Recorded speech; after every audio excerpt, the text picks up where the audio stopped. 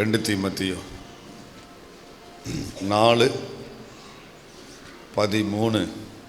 துரோவா பட்டணத்தில் இருக்கிற கார்ப்பு என்பவன் வசத்தில் நான் வைத்து வந்த மேல் அங்கியையும் புஸ்தகங்களையும் விசேஷமாய் அதெல்லாம் விட்டுட்டு, அதெல்லாம் விட்டாலும் பரவாயில்ல, மேலங்கியை நீ ஒருவேளை மறந்துட்டாலும் பரவாயில்ல, புஸ்தகத்தை நீ ஒருவேளை மறந்துட்டாலும் பரவாயில்ல, ஆனால் இதை மறக்காத. விசேஷமாய் தோர் சுருள்களை நீ வருகிற போது எடுத்துக்கொண்டு வா.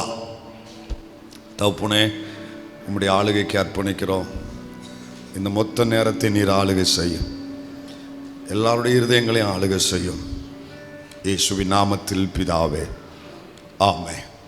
விசேஷமாய்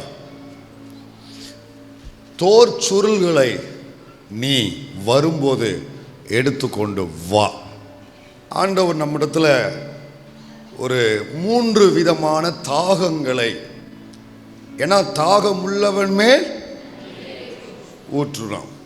அப்போ நான் ஊற்றுவதற்கு ஆயத்தமான இருக்கேன். நான் ஊற்ற வேண்டும் என்றால் உங்களிடத்தில் நான் எதிர்பார்க்கிற தாகம் இருக்கணும். நான் எதிர்பார்க்கிற தாகம் எங்கே இருக்கோ அங்கே தான் நான் ஊற்ற முடியும். அப்போ தேவன் எதிர்பார்க்கிற தாகம், முதல் தாகம் என்னன்னா, தேவன் மேலே ஒரு தாகம் இருக்கணும். 2வது, ஆண்டவர் நம்மிடத்தில் என்ன ஒரு தாகத்தை எதிர்பார்க்கிறாருன்னா, சங்கீதத்தில் நம்ம வாசித்தோம், 119:40 நம்ம காலையில் வாசிக்க கேட்டோம். இதோ உம்முடைய கட்டளைகளின் மேல் இருக்கிறேன். அதுலேயே 174 பாருங்க, 174 கர்த்தாவே உம்முடைய ரட்சிப்பின் மேல் ஆவலாய் இருக்கிறேன், உம்முடைய வேதம்தான் என்னுடைய மன மகிழ்ச்சி. தேவன் மேல தாகமா இருக்கிறது மட்டுமல்ல, அவர் மேல தாகமா இருக்கிறவங்க இதன் மேலையும் ஒரு தாகம் இருக்கும் அவங்களுக்கு. தேவன் மேல யாருக்கெல்லாம் தாகம் இருக்கோ அவங்களுக்கு அவருடைய வேதத்தின் மேல ஒரு தாகம் இருந்துகிட்டே இருக்கும். அவங்க கை எப்போதுமே வேதத்திலேயே இருக்கும். எப்போதுமே அவங்க வேதத்தை பார்த்துக்கிட்டே இருப்பாங்க, வாசிக்கிட்டே இருப்பாங்க. பிடிச்ச வசனங்களை கோடு போடுவாங்க. அதை பார்த்து ஆண்டவர் இப்படிலாம் பேசியிருக்கிறார்ல, இதெல்லாம் அன்றைக்கி நான் என்னை பலப்படுத்துச்சுல, அப்படியே அதை அவங்களுடைய இருதயம், அவங்களுடைய நோக்கம், அவங்களுடைய மனசு எல்லாமே இதில் கலந்து இருக்கும். இதை தேவன் சபையில் எதிர்பார்க்கிறார். எழுப்புதலுக்கு இதெல்லாம் அஸ்திபாரமான ஒரு அனுபவம். இது ரொம்ப ரொம்ப முக்கியமான ஒரு அனுபவம். தேவன் மேலேயே அவர் வேதத்தின் மேலே ஒரு தாகம் வந்துருச்சுன்னா அங்கே எழுப்புதல் வந்துருச்சுன்னு அர்த்தம். பவுல் தன்னுடைய கடைசி நாட்களில் ஓட்டத்தை முடிக்கிற நாள் அவர் எழுதின அந்த நிருபம், அவருடைய கடைசி நாட்கள், கடைசி காலத்தில் எழுதுகிறாரு. பூமியை விட்டு பிரிந்து போகிற, தேகத்தை விட்டு பிரிந்து போகிற நாட்கள் நெருங்கின நாட்கள் அவர் எழுதுகிறார். 2 தீமோத்தேயு அந்த கட்டத்தில் எழுதப்பட்டது. அந்த கடைசி காலத்தில் அவர் இருக்கிற இடத்துல தனியாக இருக்காரு. நிருபங்களை எழுதி சபையை பலப்படுத்துறாரு. கூட யாருமே இல்லை, ஒத்தையில இருக்காரு. அதில் சொல்லுவார், எங்களோட ஒருத்தனுமே இல்லைப்பா, எல்லாருமே என்னை கைவிட்டாங்கப்பா, ஆனால் கர்த்தரோ எனக்கு துணையா நின்றார்ப்பா. எத்தனையோ உபத்திரவங்கள் ஊடா கடந்து போனார்.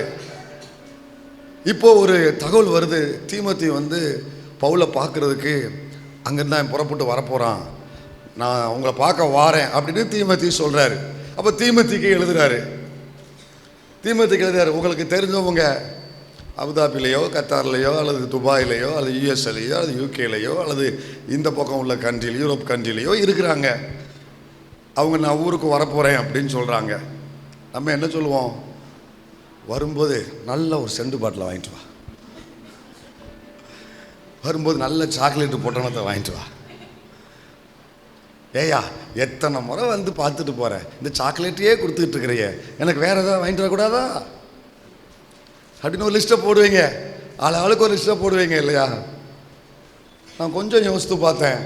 பவுல் இருக்கிற சூழ்நிலை, தனித்து விடப்பட்டிருக்கிறாரு, பயங்கரமான பாடுகள் இருக்காரு.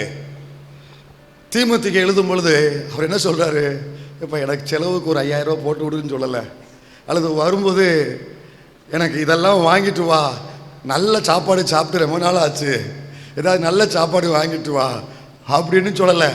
அல்லது ட்ரெஸ் இல்லாமல் இருக்கேன், உடுத்தின ட்ரெஸ்ஸில் இருக்கேன், ஒரு 2 நல்ல ட்ரெஸ்ஸை வாங்கிட்டு வான்னு சொல்லலை, எதையுமே சொல்லலை. ஒன்னே ஒன்று சொல்கிறாரு, கோடிட்டு சொல்கிறாரு, விசேஷமா நீ வரும்போது இந்த தோல் சுருளை எடுத்துட்டு வாப்பா, இந்த தோல் சுருளை எடுத்துட்டு வாப்பா, ஏன்னா இதுதான் தனிமையில் எனக்கு ஆறுதல், இதுதான் எனக்கு வேண்டிய பலன், இதுதான் என்னுடைய ஜீவன், இதை எடுத்துட்டு வாப்பா. இதனால தான் அவங்க கண்டங்களை அசைச்சிருக்கிறாங்க. இவங்கெல்லாம் தேவன் மேலையும் அவருடைய வேதத்தின் மேலையும் ஒரு தீராத தாகம் இருந்ததுனால தான் இவர்களுக்கு அந்த அபிஷேகம் இருந்திருக்கு, அந்த கிருபை இருந்திருக்கு. அவர் வேதத்தின் மேல இவங்க இருதயம் ஒன்றரை கலந்திருக்கு. வேதம் இல்லாம இவங்களால இருக்க முடியாது. இந்த அனுபவத்தினால தான் அன்னைக்கு அறியப்பட்ட உலகத்தை அவங்க அசைச்சிருக்கிறாங்க. அவங்க அசைச்சிருக்கிறாங்க. இன்னைக்கு நமக்கு தேவ பிள்ளையே ஆண்டவர் கொடுத்த வாக்கு தத்தத்தில் இருக்கிற ஆசீர்வாதங்களை அடுத்த வாரங்கள் நம்ம கவனிக்க போகிறோம். இப்போ அதுக்கு ஒரு அஸ்திவாரத்தை கர்த்தர் போடணும்னு விரும்புகிறாரு. நீங்களும் நானும் ஒரு அஸ்திவாரத்தை போடணும்னு தேவன் எதிர்பார்க்கிறாரு. என்ன அஸ்திவாரம்? இந்த வருஷத்தில் இந்த 2வது மாதத்தில் உள்ளே வந்திருக்கிறோம். அத்தனை பேருடைய வாழ்க்கையிலுமே இந்த வேதத்துக்கு நீங்கள் கொடுக்குற முக்கியத்துவம் இன்னும் கூடணும். ஆண்டவருடைய வேதத்துக்கு நீங்க கொடுக்கிற கணம் இன்னும் நீங்க கணம் கொடுக்குறீங்க, முக்கியத்துவம் கொடுக்குறீங்க. நான் சொல்றேன், இது போதாது. நான் எனக்கு முன்னால இருந்த சந்ததியை நான் பார்த்தேன். அவங்க இந்த வேதத்துக்கு கொடுத்த முக்கியத்துவத்தை நல்லா நான் பார்த்துருக்கிறேன். ஆனால் இன்னைக்கு இருக்கிற அடுத்த தலைமுறையை பார்க்க ரொம்ப வித்தியாசம் இருக்கு. முற்பிதாக்கள் இந்த வேதத்துக்கு கொடுத்த முக்கியத்துவம் இன்றைய தலைமுறையிடத்துல பார்க்க முடியல. இந்த தலைமுறை இருக்கு பாருங்க, எல்லாரையும் சொல்லல, இந்த தலைமுறைகளிடத்துல இந்த வேதத்துக்கு இவங்க கொடுக்கிற கணத்தை பார்க்க முடியல. நீங்க எத்தனை பேர் இது உண்மைன்னு ஒத்துக்கிறீங்களோ இல்லையோ, நான் பார்த்ததுனால சொல்றேன். ஒரு கடமைக்கான ஒரு புத்தகமா இது மாறி போச்சு. கர்த்தர் அங்கலாய்க்கிறாரு. தேவன் அசட்டை பண்ணப்படுகிறார், அவர் வேதமும் அசட்டை பண்ணப்படுகிறது. வாழ்க்கை நல்லா இருக்கணும்னா மறக்காத, இதை மறக்காத. நீ வேற எதாவது கேட்டிருக்கலாம்ல, அவரு வேற ஏதாவது அவர் கேட்டிருக்கலாம்ல, எதுவுமே கேட்கல. தோல் சுருளை எடுத்துட்டு வா. சில பரிசுத்தவான்கள் சாட்சியெல்லாம் படிச்சிருக்கிறேன். அப்படியே சேரில் உட்காந்து அப்படியே வேதத்தை படிச்சுட்டு அந்த வேதத்தை அப்படியே நெஞ்சில் சாய்ச்சிக்கிட்டு அப்படியே உயிர் போனவங்களாம் உண்டு, அப்படியே ஜீவன் போனவங்களாம் உண்டு.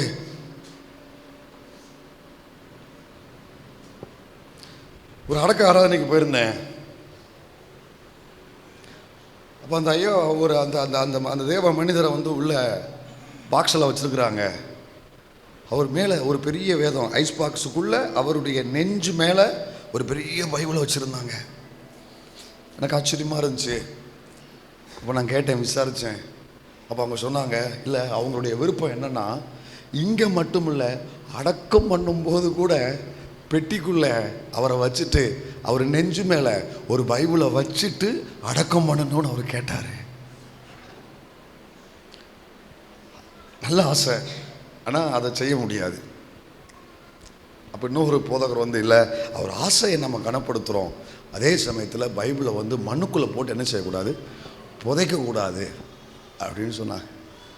அந்த ஆசை பார்த்தீங்களா, அந்த வாஞ்சையை பார்த்தீங்களா? இந்த மாலையில் வந்திருக்கிற நீங்கள் பாக்கியவான் நான் நம்புகிறேன். நீங்கள் அத்தனை பேரும் பாக்கியவான். ஏன் தெரியுமா? உங்கள் வாழ்க்கையில் இதுவரைக்கும் நீங்கள் கொடுத்த கணத்தை விட இந்த ராத்திரியில் வேதத்துக்கு கொடுக்குற கணம் கொஞ்சம் கூட போகுது, கூடணும்.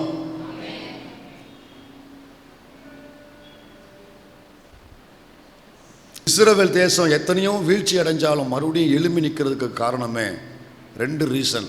ஒன்று, அவங்க ஓய்வு நாளுக்கு அவ்வளவு இம்பார்ட்டன்ட் கொடுப்பாங்க. 2வது, நியாயப்பிரமாணம் இருக்குது பாருங்கள், அந்த நியாயப்பிரமாணத்துக்கு முக்கியத்துவம் கொடுப்பாங்க. இந்த 2 வச்சு தான் அவங்க எந்த தேசத்துக்கு போனாலும், எங்கே அடிமையாக போனாலும், எங்கே சிறையிருப்புக்கு போனாலும் ஓய்வு நாளையும் இந்த நியாயப்பிரமாணத்தையும் அவன் வாழ்க்கையை விட்டு பிரிக்கவே முடியாது. அவன் ரத்தத்தில் ஓடுனது ஊறுனது அதை பார்த்து தான் அவன் எவ்வளவு வீழ்ச்சி அடைந்தாலும் தேவன் அவனை தூக்கி விடுறாரு. வேதத்தை நீ கனப்படுத்தி இதுக்கு முக்கியத்துவம் கொடுத்து இது மேலே ஒரு தீராத ஒரு வாஞ்ச ஆவல் உங்களுக்கு இருக்குமானா உன் கால் இடராது. அப்படியே இடறினாலும் உன்னை மறுபடியும் எழுப்பி விடுவார் தேவன், உன்னை தூக்கி விடுவார் கர்த்தர். அல்லேலூயா. இந்த வேதத்தினுடைய மகத்துவத்தை கொஞ்சம் நம்ம தியானிக்க போகிறோம். 19ஆம் சங்கீதம் 7லிருந்து வாசிங்க. 19ஆம் சங்கீதத்தில் 7லிருந்து வாசிங்க. கர்த்தருடைய வேதம் குறைவற்றதும் ஆத்துமாவை உயிர்ப்பிக்கிறதும். எல்லாரும் எடுத்துறீங்களா? கர்த்தருடைய வேதம் கவனிங்க. கர்த்தர் நம்ம கையில் இருக்கிற வேதத்துக்கு ஒரு பேர் உண்டு. என்ன பேருங்க? த ஹோலி பைபிள் சொல்லப்பட்டிருக்கு. ஆனால் உண்மையில் அதுக்கு என்ன பேருங்க? கர்த்தருடைய பிஎஸ்ஐ அச்சிட்டாலும், பைபிள் சொசைட்டி அச்சிட்டாலும், பிளஸிங் சொசைட்டி அச்சிட்டாலும், ஆனால் இது யாருடைய வேதம்? கர்த்தருடைய வேதம். அது குறைவற்றதும். என்னதுங்க? குறைவற்றது. இதுல எந்த குறையுமே இருக்காது. இந்த கருத்துக்கு எதிராக யாரும் ஒரு கருத்து சொல்ல முடியாது. 25,000 டைம்ஸ் இது நிரூபிக்கப்பட்டிருக்கு. குறை இல்லாத ஒரு புத்தகம்னா இந்த வேத புத்தகம். ஆத்துமாவை உயிர்ப்பிக்கிறதுமாய் இருக்கிறது. இது ஆத்துமாவை உயிர்ப்பிக்க கூடியது. கர்த்தருடைய சாட்சி சத்தியமும் பேதையை ஞானியாக்குகிறதுமாய் இருக்கிறது. உன்னை யார் சொன்னா பேதன்னு? இதுக்கு நீ முக்கியத்துவம் கொடுத்து பாரு. உன் ப்ரொஃபஸர்ஸை விட, உன்னுடைய டீச்சரை விட அவங்க உன்கிட்ட டவுட் கேட்பாங்க. இதுக்கு முக்கியத்துவம் கொடுத்து பாரு. நான்லாம் கொஸ்டின் பேப்பரை தலைகளை வச்சு பார்த்தவன். அந்த அளவுக்கு பேத. இப்போ உங்க முன்னால நிக்கிறேனா,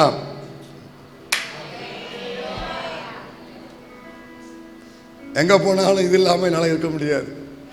இது முகத்தில் தான் காலையிலேயே முழிக்கணும், நைட்டில் தூங்கும் போதும் பார்க்கணும். அவ்வளோதான். இது ஒரு நாள் இல்லைன்னா செத்தே போயிடுவேன். மீனுக்கு தண்ணி இல்லைன்னா செத்தே போயிடும். மண்ணுக்கு வேருக்கு மண் இல்லைன்னா செத்தே போயிடும். நமக்கு வேதம் இல்லைன்னா செத்தே போயிடணும். போயிடணும், செத்துடணும். வேதம் இல்லைன்னா செத்து போயிடணும். அதோட வாழ்ந்து என்னத்தை சாதிக்க போகிறோம்? உயிர்ப்பிக்கிறது, பேதைய ஞானியாக்குறது. வேத பிரிய தேவ புதல்வ சேதமடையா நடந்திடுவா. வேத பிரிய தேவ புதல்வ சேதமடையா நடந்திடுவா.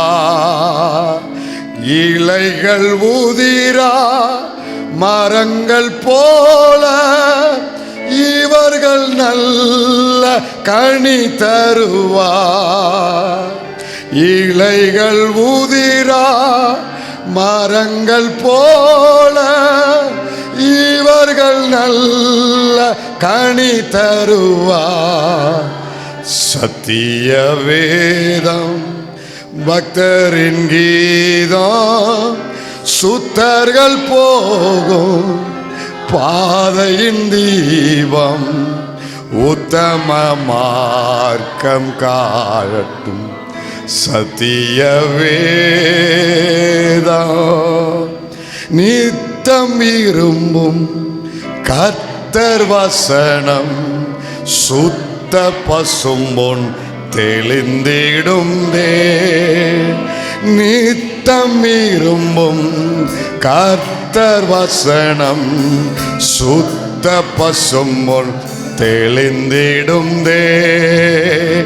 இதயம் மகிழோ கண்கள் தெளியோ இருண்ட ஆத்மா உயிரடையும்.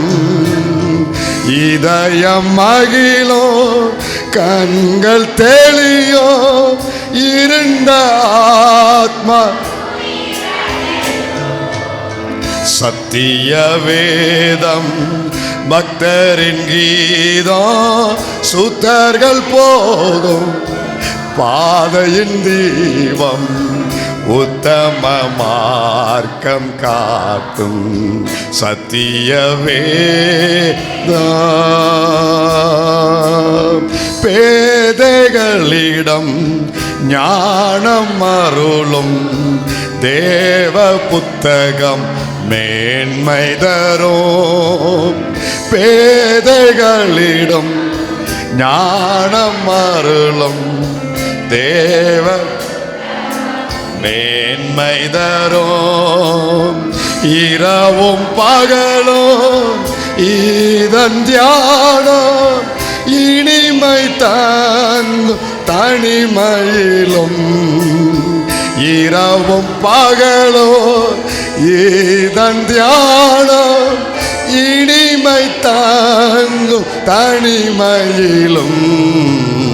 சத்திய வேதம் பக்தரின் கீதம் சுத்தர்கள் போகும் பாதையின் தீபம் உத்தமமாக காட்டும். சத்திய வேதம்.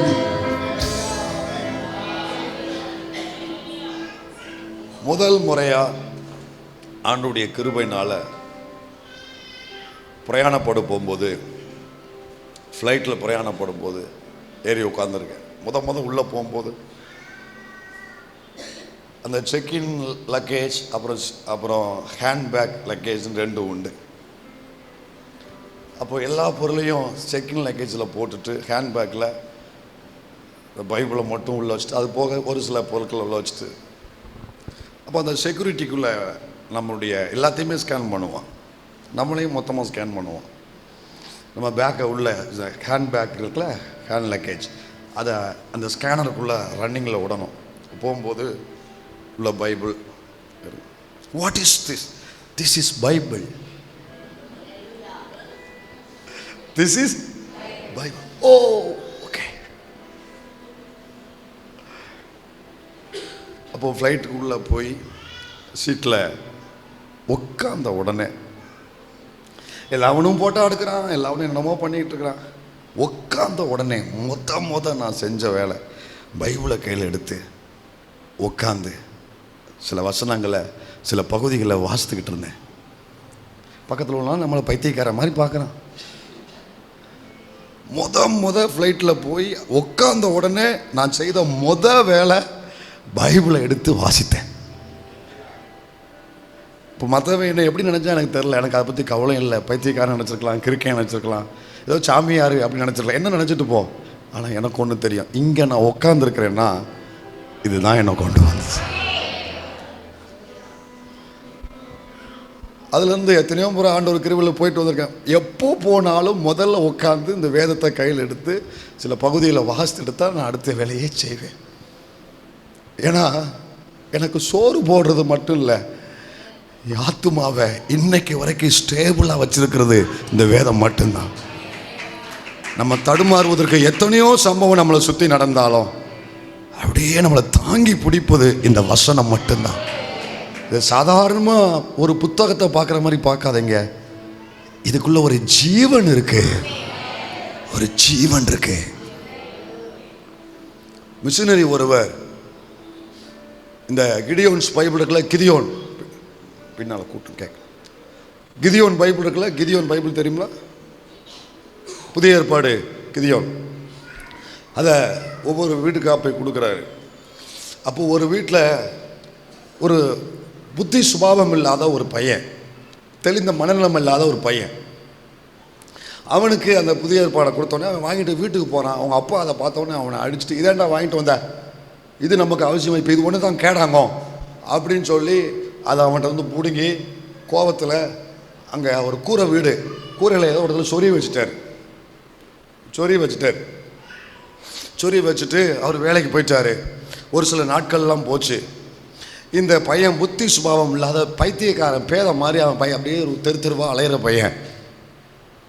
அப்போது ஒரு நாள் யாருமே வீட்டில் இல்லாத நேரத்தில் இவன் வீட்டில் இருக்கும்போது என்ன பண்ணியிருக்கிறாருன்னா, அப்படி அவன் ஏதோ ஒரு சில வேலையை பார்க்கும்போது இவன் கண்ணில் அந்த பைபிள் பட்டிருக்கு, அந்த புதிய ஏற்பாடு பட்டிருக்கு. அன்றைக்கி கொடுத்தோம், அதுக்கப்புறம் இதை நம்ம பார்க்கவே இல்லை, இங்கே தான் இருக்கா அப்படின்னு அதை எடுத்துருக்கிறான். அதை எடுத்துட்டு அதை திறந்து அதை வாசிக்க தெரியாத பிள்ளை எழுத்து கூட்டி ஏதோ ஒரு வேத பகுதியை அந்த யோவான் சுவிசேஷத்தில் வாசிருக்கிறான். குமாரன் உங்களை விடுதலை ஆக்கினால் மெய்யாகவே விடுதலை ஆவீர்கள் வாசிருக்கிறான். அவனுக்குள்ளே ஏதோ சில சம்திங் அவன் வாழ்க்கையில், அவனுடைய மனநிலைமையில் ஏதோ ஒரு சில மாற்றங்கள் நடக்குது. ஒரு பெரிய டெலிவரன்ஸ் வருது. இதிலிருந்து ஒரு பெரிய வெளிச்சம் அவன் வாழ்க்கையில் உள்ளே போகுது. அவன் வாழ்க்கையில் பெரிய மாற்றம் வருது, மிகப்பெரிய ஒரு மாற்றம் வருது. அன்றைக்கி நைட்டு வீட்டுக்கு பெற்றோர்லாம் வராங்க. அவனை இதுக்கு முன்னால் பார்த்ததை விட ரொம்ப தெளிவாக பார்க்குறாங்க, தெளிவாக பேசுகிறான். அவனுக்கு சாப்பிட தெரியாது, அரையும் குறையமாக சாப்பிடுவான், கொலை வடிச்சுக்கிட்டே அலையுவான். ஆனால் அன்றைக்கி சாயங்காலம் பார்த்தீங்கன்னா அப்படியே ஒரு காலேஜ் படிக்கிற ஒரு பையன் எவ்வளவு டீசெண்டாக இருப்பானோ அந்த அளவுக்கு அவன் தெளிவாக உட்காந்துருக்கிறான்.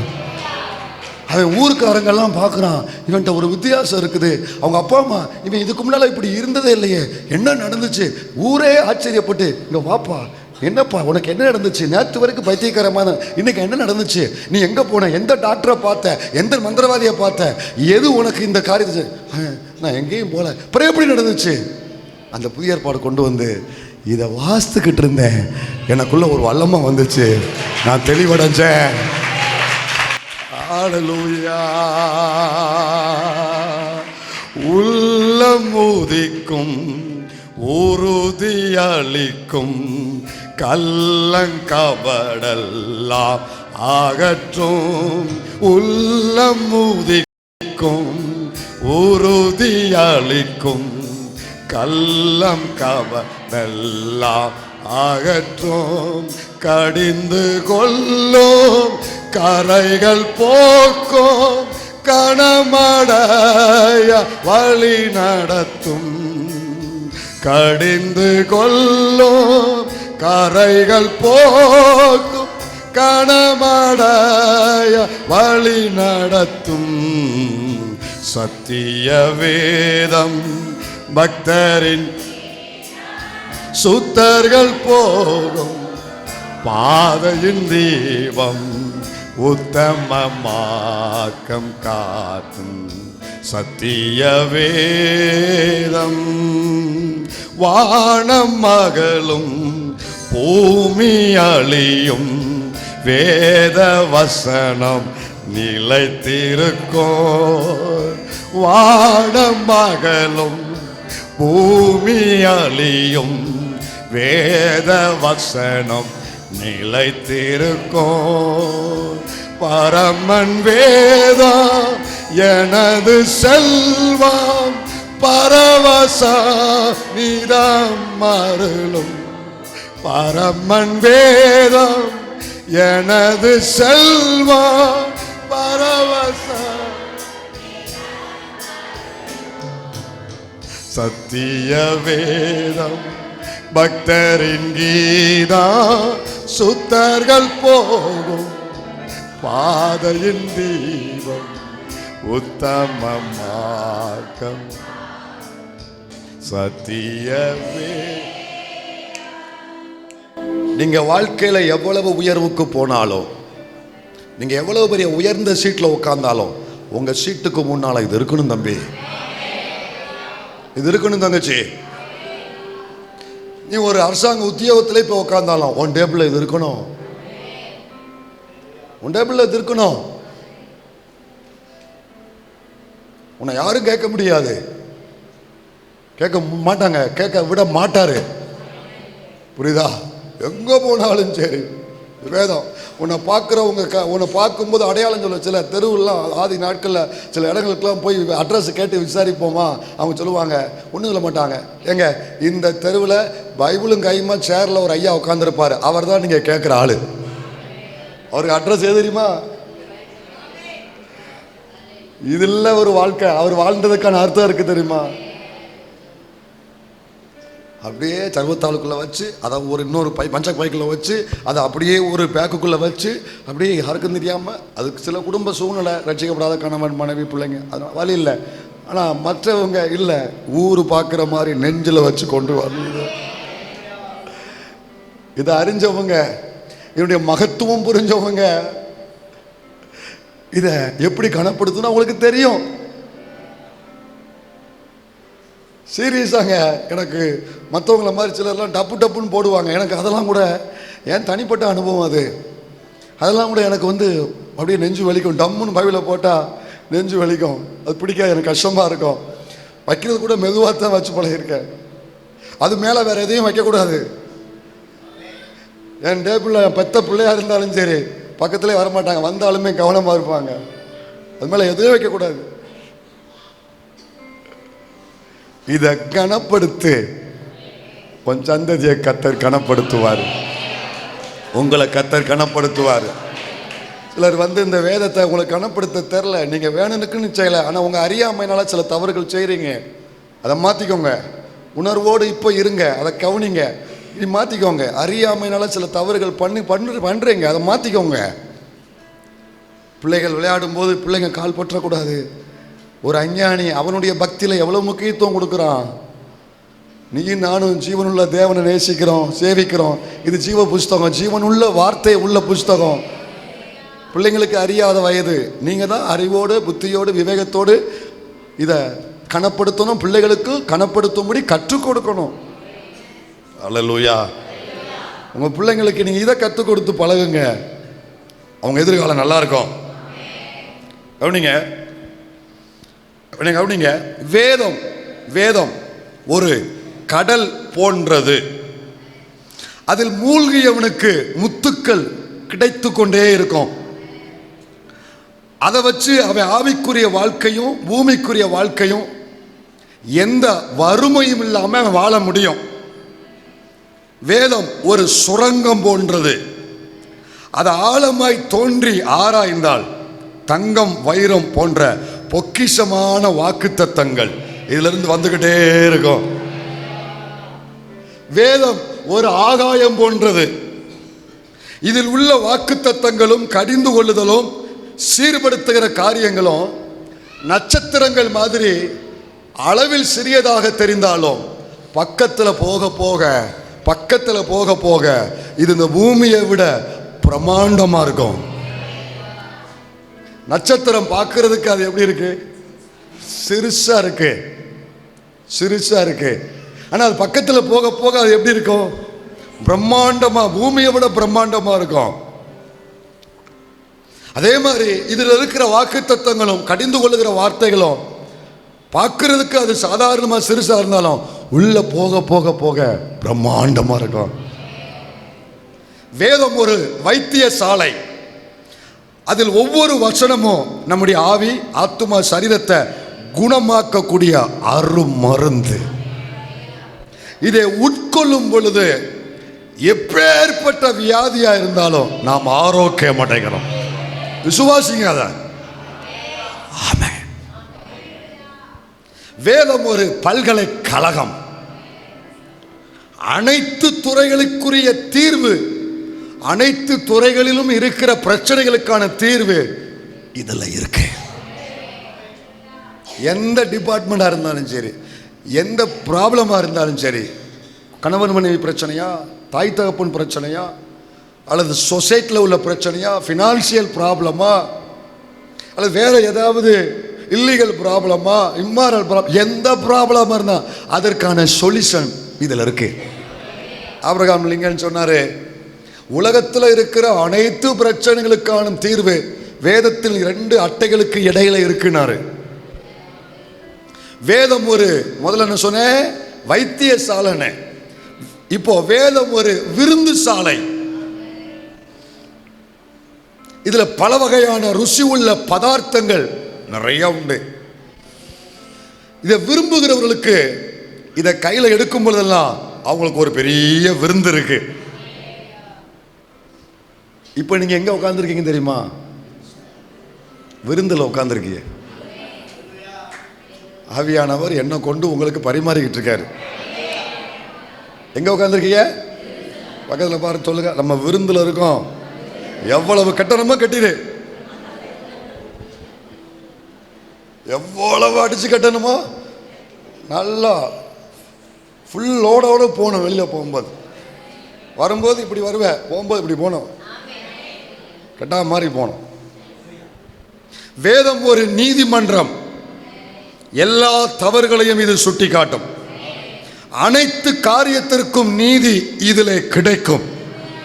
அனைவருக்கும் உரிய நீதி இதிலே கிடைக்கும். வேதம் ஒரு கிணறு போன்றது. இறைக்க இறைக்க தண்ணீர் வந்து கொண்டே இருக்கும். வாசிக்க வாசிக்க இதில் மகத்துவங்கள் வெளிப்பட்டு கொண்டே இருக்கும். அதனால தான் பவுல்ல இருந்து இன்னைக்கு நாங்கள் வரைக்கும் இதில் பிரசங்கம் வந்துக்கிட்டே இருக்கு. வருதா இல்லையா? சில கிணத்துல தண்ணி வத்தி போச்சுமாங்க, சில கிணத்துல ஊறிக்கிட்டே இருக்கும். இறைக்க இறைக்க ஊறிக்கிட்டே இருக்கும். இது அந்த மாதிரி தான் ஆழமான கிணறு. பவுல்ல இருந்து, பேதுருல இருந்து, ஆதி அப்போஸ்தலர்ல இருந்து, மிஷனரிகள்ல இருந்து இப்போ வரைக்கும் 20 நூற்றாண்டு 21 நூற்றாண்டுகளா 2100 வருஷமா இப்போ இதை பிரசங்கம் பண்ணிக்கிட்டு இருக்கோம். வந்துக்கிட்டே இருக்கு. இன்னும் 10,000 வருஷம் இருந்தாலும் இதுல இருந்து வந்துக்கிட்டே இருக்கும். புதிதான ஊற்றுகள் வந்துகிட்டு இருக்கு. வேதம் ஒரு கண்ணாடி போன்றது. நம்முடைய உண்மையான தோற்றத்தை இது நமக்கு காண்பித்து கொடுக்கும்.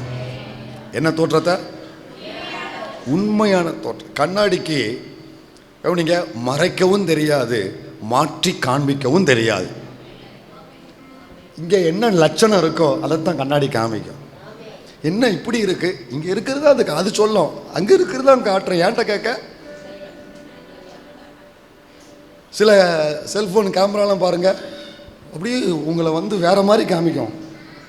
இதை பார்த்து தான் பேவில ஏமாந்துருது இன்னைக்கு பாவம். அப்படி உங்களை வேற மாதிரி காமிச்சிடும், நம்பவே முடியாது நீங்க தானான்னு சொல்லி. அது என்ன கேமராப்பா? டிஎஸ்எல்லா?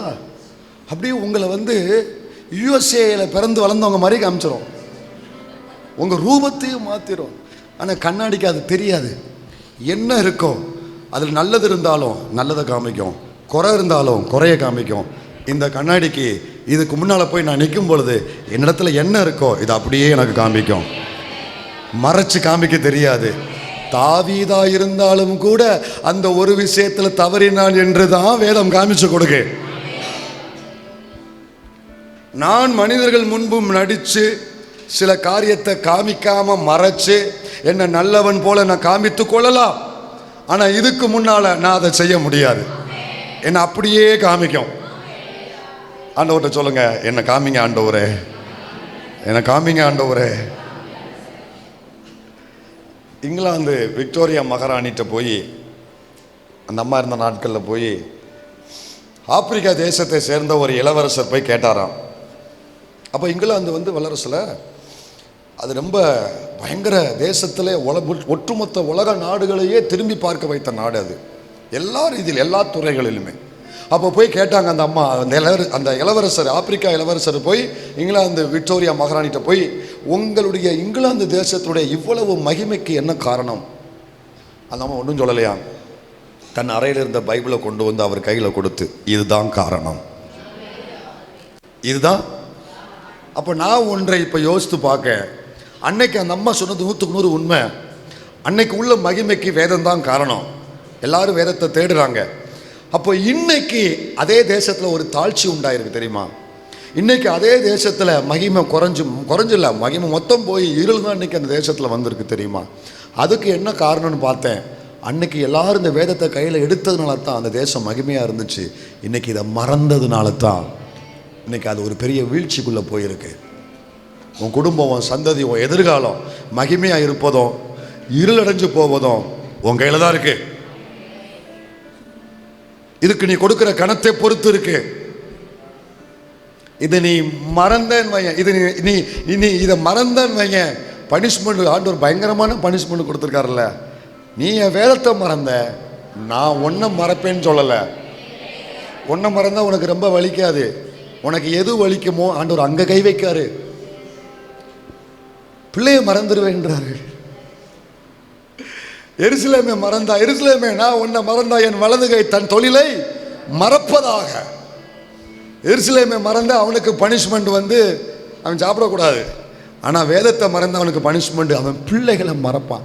அப்போ இப்படி யோசித்து பாருங்க, வேதத்தை நீங்கள் நேசித்து கனப்படுத்தீங்கன்னா உங்கள் சந்ததி சந்ததியா கர்த்தரின் பார்வையில் அவங்க நிற்பாங்க தானே. அல்லேலூயா, ஆமென் சொல்கிறீங்களா? நேற்று இதெல்லாம் தியானிக்கும் போது எனக்கு ஒரு விஷயம் பட்டுச்சு. அதாவது இன்னைக்கு மக்களுக்கு ஏன் இதன் மேலே இன்னைக்கு அப்படி ஆண்ட்ராய்டு ஃபோனில் நானும் வச்சுருக்கிறேன். உங்களை விட எனக்கு ஏகப்பட்ட பைபிள் நான் ஃபோனில் வச்சுருக்கிறேன். பாருங்க, இத்தனை பைபிள் நான் ஃபோனில் வச்சுருக்கேன். நான் யூஸ் பண்ணுறவன் தான். ஆனால் நல்லா கவனிங்க, ஒரு ட்ராவலில் இருக்கோம், ஒரு ட்ரெயினில் அல்லது பஸ்ஸில் அல்லது வெளியூரில் பஸ் ஸ்டாண்டில் இருக்கோம், எனக்கு அவசியமாக ஒரு காரியம் ஒரு பார்க்கணும், வசனம் தேடணும், பயன்படுத்துகிறது தப்பு இல்லை.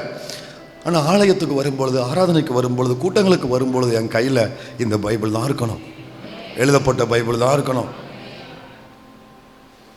இன்றைக்கி மக்களுக்கு இது ஏன் இதனுடைய மகிமை தெரியாமல் போச்சுன்னா, இது இந்த சந்ததிக்கு நான் கட்டாயம் சொல்ல கடமைப்பட்டிருக்கிறேன். நல்லா கவனிங்க, ஒரு 200 ரூபா கொடுத்தவொடனே உனக்கு ஒரு பைபிள் கிடச்சிருதுல்ல, நீ நினைக்கிற மாதிரி இது 200 ரூபா விலை கிடையாதுமா. இந்த பைண்டிங்க்கு மட்டும்தான் நீ பணம் கொடுக்குற. இந்த பைண்டிங்க்கு மட்டும்தான் நீ ரூபா கொடுக்குற. 500 ரூபா, 1000 ரூபா, 1500 சொல்லி இந்த அட்டைக்கும் இந்த பேப்பருக்கும் இந்த பைண்டிங் தான் நீ கொடுக்குற. இந்த வேதத்தை விலை கொடுத்து நீ வாங்க முடியாது.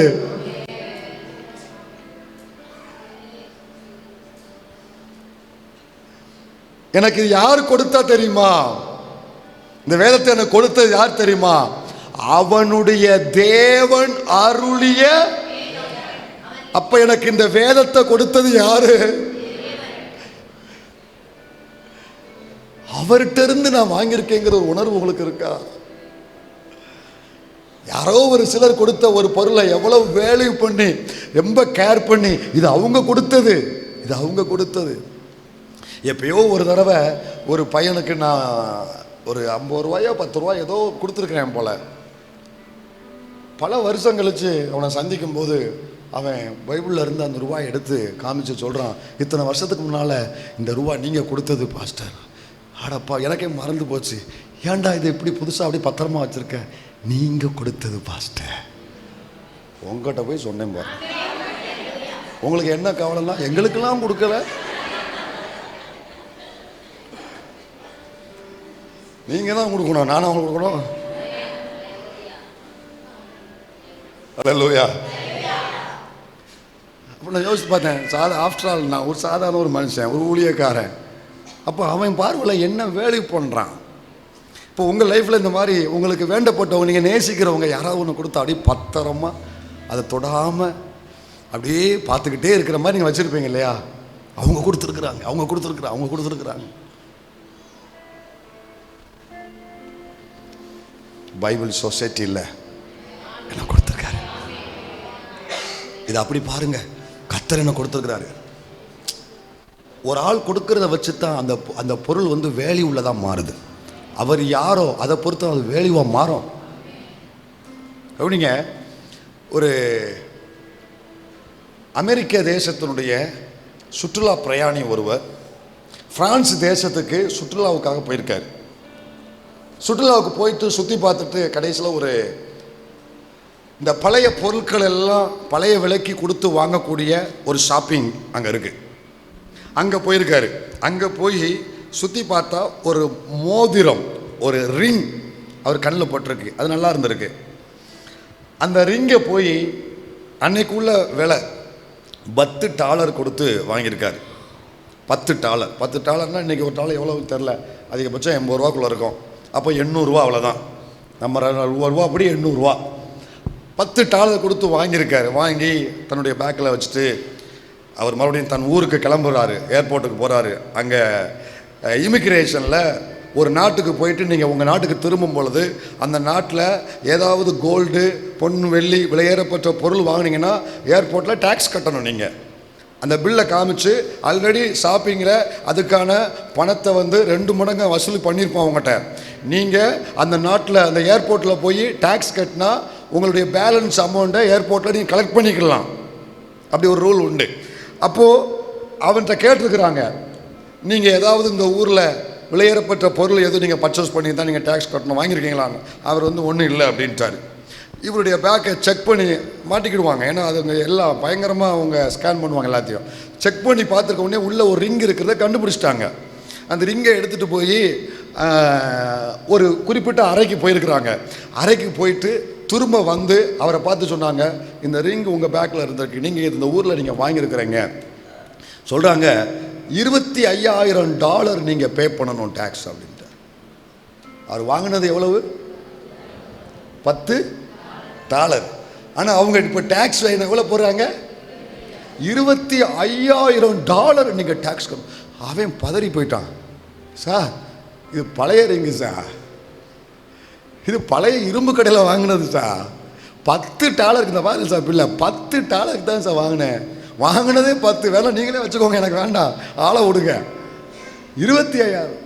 அவர் சொன்னாங்க, நீங்கள் சொல்கிறபடி அது $10 தான் வாங்கியிருக்கீங்க, அது பழைய ரிங்கு தான், ஆனால் இது சாதாரண ரிங் இல்லை, வாங்க அப்படின்னு அவங்கள கூட்டுட்டு போய் அந்த ரூமுக்குள்ளே போய் அந்த லென்ஸை வச்சு அந்த ரிங்கை காமிச்சிருக்கிறாங்க. அந்த ரிங்கில் ஒரு அடையாளமும் சில எழுத்து பொறியும் உள்ளே இருந்திருக்கு. அப்போ அவங்க சொன்னாங்க, நீங்கள் வாங்கினது $10 இருந்தாலும் இது வரலாற்று சிறப்பு மிகுந்த ஒரு ரிங்கு, அதனால் இதுக்கு வாங்கக்கூடிய விலையை விட உண்மையாகவே இதற்குரிய விலை அதிகம், இதுக்குரிய வேல்யூ அதிகம். விலை கம்மியாக இருக்கலாம், ஆனால் வேல்யூ நம்ம $500 கொடுத்து வாங்கலாம், விலை அப்படி இருக்கலாம், ஆனால் வேல்யூ அதிகம். அதுக்கு என்ன சார் சொல்கிறீங்க? ஆமாம், என்ன தெரியுமா, 18வது நூற்றாண்டில் பிரான்ஸ் தேசத்தை, அந்த தேசத்தை ஆண்ட நெப்போலியன் போனபார்ட், அந்த ராஜா அவருடைய மனைவி ஜோசப்பினுக்கு கொடுக்கும்படி வாங்கின, அது ராஜாவுடைய முத்திரை குத்தப்பட்ட, அவருடைய பெயரும் அவருடைய மனைவியின் பெயரும் பொறிக்கப்பட்ட மோதிரம் சார். இது வேல்யூ இருக்கு சார். அப்போ சொன்னாங்களாம், கவனிங்க, ஒரு பொருள் யாருக்கு கொடுக்குறாங்க, யார்கிட்ட இருந்து வருது, அதை வச்சு தான் அந்த பொருளுக்கு என்ன உண்டு? வேல்யூ உண்டு. யார்கிட்ட இருந்து? நாம் புக் ஸ்டாலில் வாங்கியிருக்கலாம், சொசைட்டி பைபிள் சொசைட்டியில் வாங்கியிருக்கலாம், ஆனால் இது யார்கிட்ட இருந்து வந்திருக்கு தெரியுமா? அண்ட சராசரங்களுக்கும் சொந்தக்காரர், தன் வார்த்தையினால சகலவற்றையும் உண்டாக்கினவர், ஜீவனுள்ள தேவனுடைய கரத்திலிருந்து இந்த வேதம் எனக்கு வந்திருக்கிறது. இது எனக்கு வந்து சேரும் பொழுது டு அட்ரஸ்ல என் பேர் இருக்கிற மாதிரி ஃப்ரம் அட்ரஸ்ல அவருடைய நாமம் இருக்கு. எழுதிருப்பேன்னு நினைக்கிறேன்.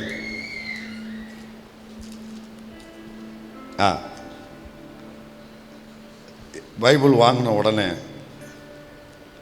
ப்ரெசண்டட், இது இப்போ எழுதுனதில்லை, வாங்கின நாள் ப்ரெசண்டட் டு என்ன போட்டிருக்கேன் தெரியுதா? தெரியலையா? வா, presented to My Heavenly Father. Presented to Vijay Stephen. Presented to Vijay Stephen. By My Heavenly Father.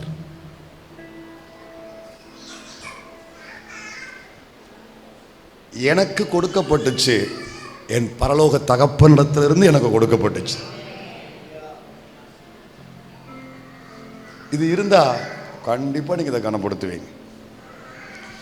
தெரியாம கீழே விழுந்துச்சுன்னு வைங்களேன், போய் மணிக்கணக்காக மன்னிப்பு கேட்பேன். This is my experience. உங்களை பற்றி எனக்கு தெரியாது. தெரியாமல் கீழே விழுந்துருச்சுன்னு ஏன் தெரியாமல் மணிக்கணக்காக மன்னிப்பு கேட்பேன். இல்லைன்னா அந்த வேதத்திலேருந்து எனக்கு இவ்வளோ வெளிச்சத்தை நான் பெற்றுக்கொள்ள முடியாது. இந்த பேதைக்கு இந்த வெளிச்சத்தை கொடுக்குறாருன்னா ஒன்று அவரை கனப்படுத்தணும், அவர் வார்த்தையை கனப்படுத்தணும். அல்லேலூயா. நான் எப்போதும் சொல்லுவேன், குப்பையில் இருந்தவனை இன்னைக்கு இந்த இடத்துக்கு கொண்டு வந்திருக்காருன்னா இந்த வேதம் மட்டும்தான். அல்லேலூயா. 2 நாளாகமத்தில் 18:31 வாசிங்க. 2 நாளாகமம் 18:31. ஆதலால் ரதங்களின் தலைவர் யோசபாத்தை காண்கையில் இவன் தான் இஸ்ரவேலின் ராஜா என்று சொல்லி யுத்தம் பண்ண அவனை சூழ்ந்து கொண்டார்கள். அப்பொழுது யோசபாத் கூக்குரலிட்டான். கர்த்தர் அவனுக்கு, நல்லா கவனிங்க, கர்த்தர் அவனுக்கு அனுசாரியாயிருந்தார். அழகா இருக்கு தமிழ்ல. அதனால அவர்கள் அவனை விட்டு விலகும்படி தேவன் செய்தார். தமிழ் அழகா இருக்கு. கர்த்தர் அனுசாரி. இந்த இடத்துல மட்டும்தான் இந்த வார்த்தை சொல்லப்பட்டிருக்கு. அனுசாரி. The Lord served him.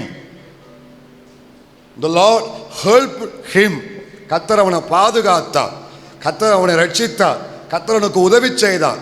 இந்த அர்த்தமுடைய ஒரு வார்த்தை தான். கர்த்தர் அவனுக்கு அனுசாரியா இருந்தார்.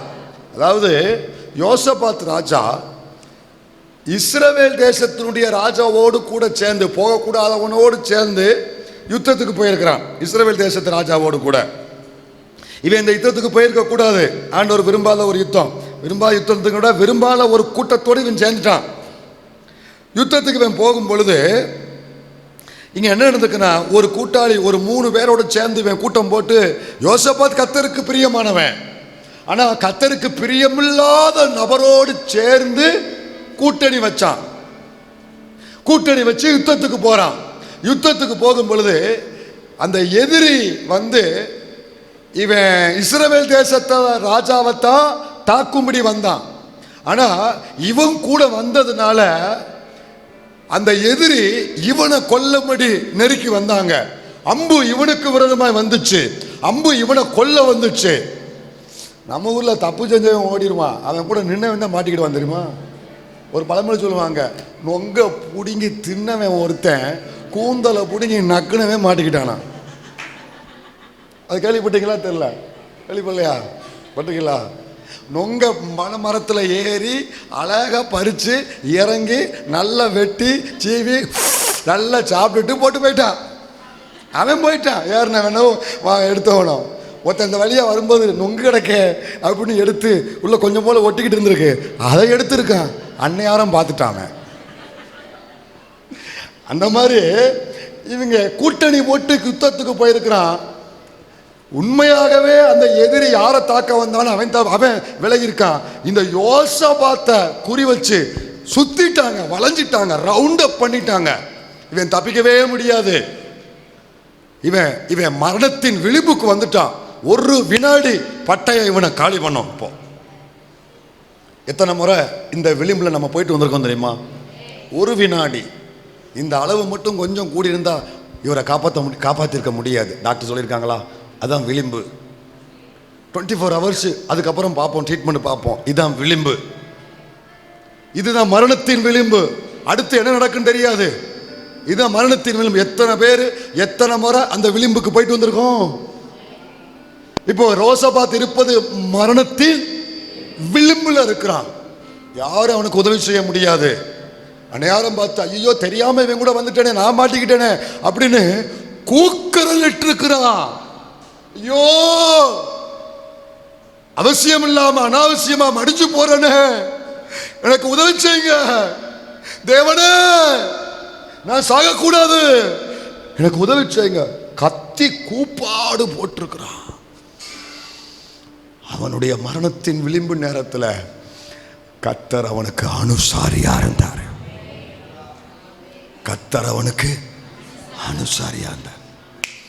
அவன் ஈரலை பிளக்கும்படி வந்த அந்த அம்பை தேவன் விலகி போகும்படி வைத்தாரு. அவனை விட்டு தேவன் அதை விலக்கினாரு. எத்தனை முறை நமக்கு நேராய் நம்மை பிளந்து போடும்படி வந்த அம்புகள் கர்த்தர் நமக்கு அனுசாரியா இருந்தபடியினால அந்த அம்பு விலகும்படி தேவன் செய்தார். தெரியுமா? இதை நான் ஏன் சொல்றேன்னா, இந்த ஆபத்தில் தேவன் அவனை காப்பாத்தினதுக்கு ஒரு காரணம் உண்டு. தேவ பிள்ளையே, இந்த ஆபத்தில் மரண விளிம்புல தேவன் அவனுக்கு உதவி செய்து அவனை தூக்கி எடுத்ததுக்கு ஒரு காரணம் உண்டு. அதை வச்சுத்தான் தேவன் அவனை காப்பாத்தினாரு. என்ன காரணம் தெரியுமா? முந்தின அதிகாரத்துக்கு வாங்க. அவருடைய முந்தின அதிகாரத்தில் 6ஆம் வசனத்திலிருந்து வாசிங்க. கர்த்தருடைய வழிகள், அதாவது 2 நாளாகமம் 17:6 இருந்து வாசி. கர்த்தருடைய வழிகளில் அவன் இருதயம் உற்சாகம் கொண்டது, அவன் மேடைகளையும் விக்கிரக தோப்புகளையும். அவன் இருதயம் எதுல உற்சாகம் கொண்டது? கர்த்தருடைய வழிகளில். எல்லாரும் சொல்லுங்க, கர்த்தருடைய வழிங்கிறது அப்படியே வார்த்தை. வழி, கட்டளை, நீதி, நியாயப்பிரமாணம், இது எல்லாமே வேதத்தை குறிக்கிற வார்த்தை. ஆண்டவருடைய கட்டளைகளில, அவருடைய வழிகளில அவன் இருதயம் உற்சாகம் கொண்டது. அவன் மேடைகளையும் விக்கிரக தோப்புகளையும் யூதாவை விட்டு அகற்றினா. அடுத்து அவன் அரசாண்ட 3ஆம் வருஷத்தில் யூதாவின் பட்டணங்களிலே உபதேசம் பண்ணும்படிக்கு அவன் தன் பிரபுக்களாகிய பென்னாயிலையும் ஒபதியாவையும் சகரியாவையும் நெதனேலையும் மிகாயாவையும் இவர்களோடு கூட சமாயா நெதனியா. கீழே வந்துரு, கவனிங்க. எதுக்கு தெரியுமா? உபதேசம் பண்ணும்படி. எதை உபதேசம் பண்ணும்படி? வேதத்தை உபதேசம் பண்ணும்படி. 9ஆம் வசனத்தை பாருங்க. இவர்கள் யூதாவிலே உபதேசித்து கர்த்தருடைய வேத புஸ்தகத்தை வைத்துக்கொண்டு யூதாவின் பட்டணங்களிலெல்லாம் திரிந்து ஜனங்களுக்கு போதித்து வந்தார்கள். காய் கொட்டி கர்த்தருக்கு ஸ்தோத்திரம் செலுத்துங்க.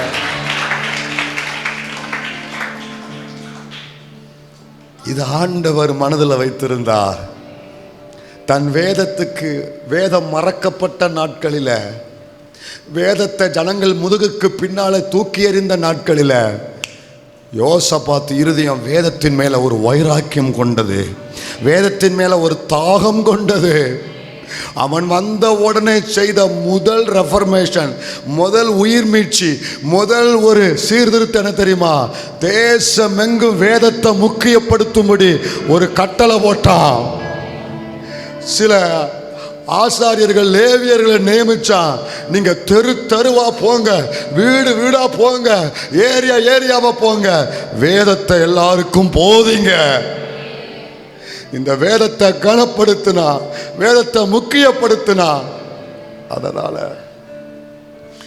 அவன் சில நேரத்தில் புத்தியை கடன் கொடுத்து போகக்கூடாத வழியில் அவன் போனதுனால அவனுக்கு சில மரணத்தின் விளிம்பு வந்தாலும், சில ஆபத்துகள் வந்தாலும் அது அவனை சேதப்படுத்தாதபடி இதை மனதில் தேவன் வைத்து ஆபத்தில் கர்த்தர் அவனுக்கு அனுசாரியா இருந்தார்.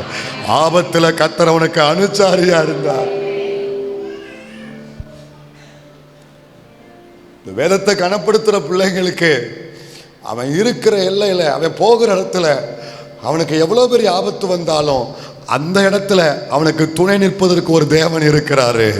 அவனை விடுவிப்பதற்கு கர்த்தர் மறப்பதே இல்லை. அவனுக்கு ஆண்டவர் அவனை தூக்கி விடுவதற்கு மறப்பதே இல்லை. வேதத்தை கனப்படுத்துகிற பிள்ளைங்க, வேதத்தின் மேல ஒரு தாகம் உள்ள பிள்ளைங்க, ஆபத்து வந்தாலும் அவர்களுக்கு சேதமடையாதபடி அவர்களுக்கு அனுசாரியா இருக்கிற ஒரு ஆண்டவர். ஹல்லேலூயா, ஆமென் சொல்றீங்களா? கனப்படுத்துங்க, இந்த வேதத்தை கனப்படுத்துங்க. இது மேல ஒரு தீராத ஒரு தாகம் உங்களுக்கு இருக்கட்டும், ஒரு வாஞ்சம் உங்களுக்கு இருக்கட்டும், ஒரு துடிப்பு உங்களுக்கு இருக்கட்டும். டக்குன்னு நான் இதை சொல்லி முடிக்கிறேன். இந்த வேதத்தில் மட்டுமே கிடைக்கிற ஒரு சில ஆசீர்வாதங்கள், இந்த வேதத்தில் மட்டும்தான் அது கிடைக்கும், வேற எங்கேயும் கிடைக்காது. நீங்கள் வாங்குகிற சில பொருள் கவனிங்க, எப்படி அது வேல்யூவாகும்னா, நீங்கள் வாங்குகிற பொருள் எப்படி அது வேல்யூவாகும்னா, நீங்கள் வாங்குகிற பொருள் இன்னும் ஒரு கடையில் கிடச்சிச்சுன்னா அது ஒன்றும் வேல்யூ கிடையாது. அது ஒன்றும் வேல்யூ கிடையாது. வேற எங்கே வேணாலும் வாங்கிடலாம், எங்கே வேணாலும் வாங்கிடலாம். ஒரு பொருள் எல்லா கடையிலும் கிடைச்சா அது ஒன்றும் பெரிய வேல்யூ உள்ளதில்லை. ஆனால் ஒரு பொருள் ஒரு குறிப்பிட்ட இடத்துல, அந்த இடத்துல மட்டும்தான் கிடைக்கணும், அது வேல்யூ. அந்த கடை எவ்வளோ தூரத்தில் இருந்தாலும் அங்கே போகும்போது நம்ம மெனக்கிட்டு நம்ம அங்கே போய் அதை வாங்கிட்டு வருவோம். அதை வாங்குறதுக்குன்னே போவோம். சில பொருளை சில கடையில் மட்டும்தான் கிடைக்கும், அங்கே தான் நம்ம வாங்க முடியும்.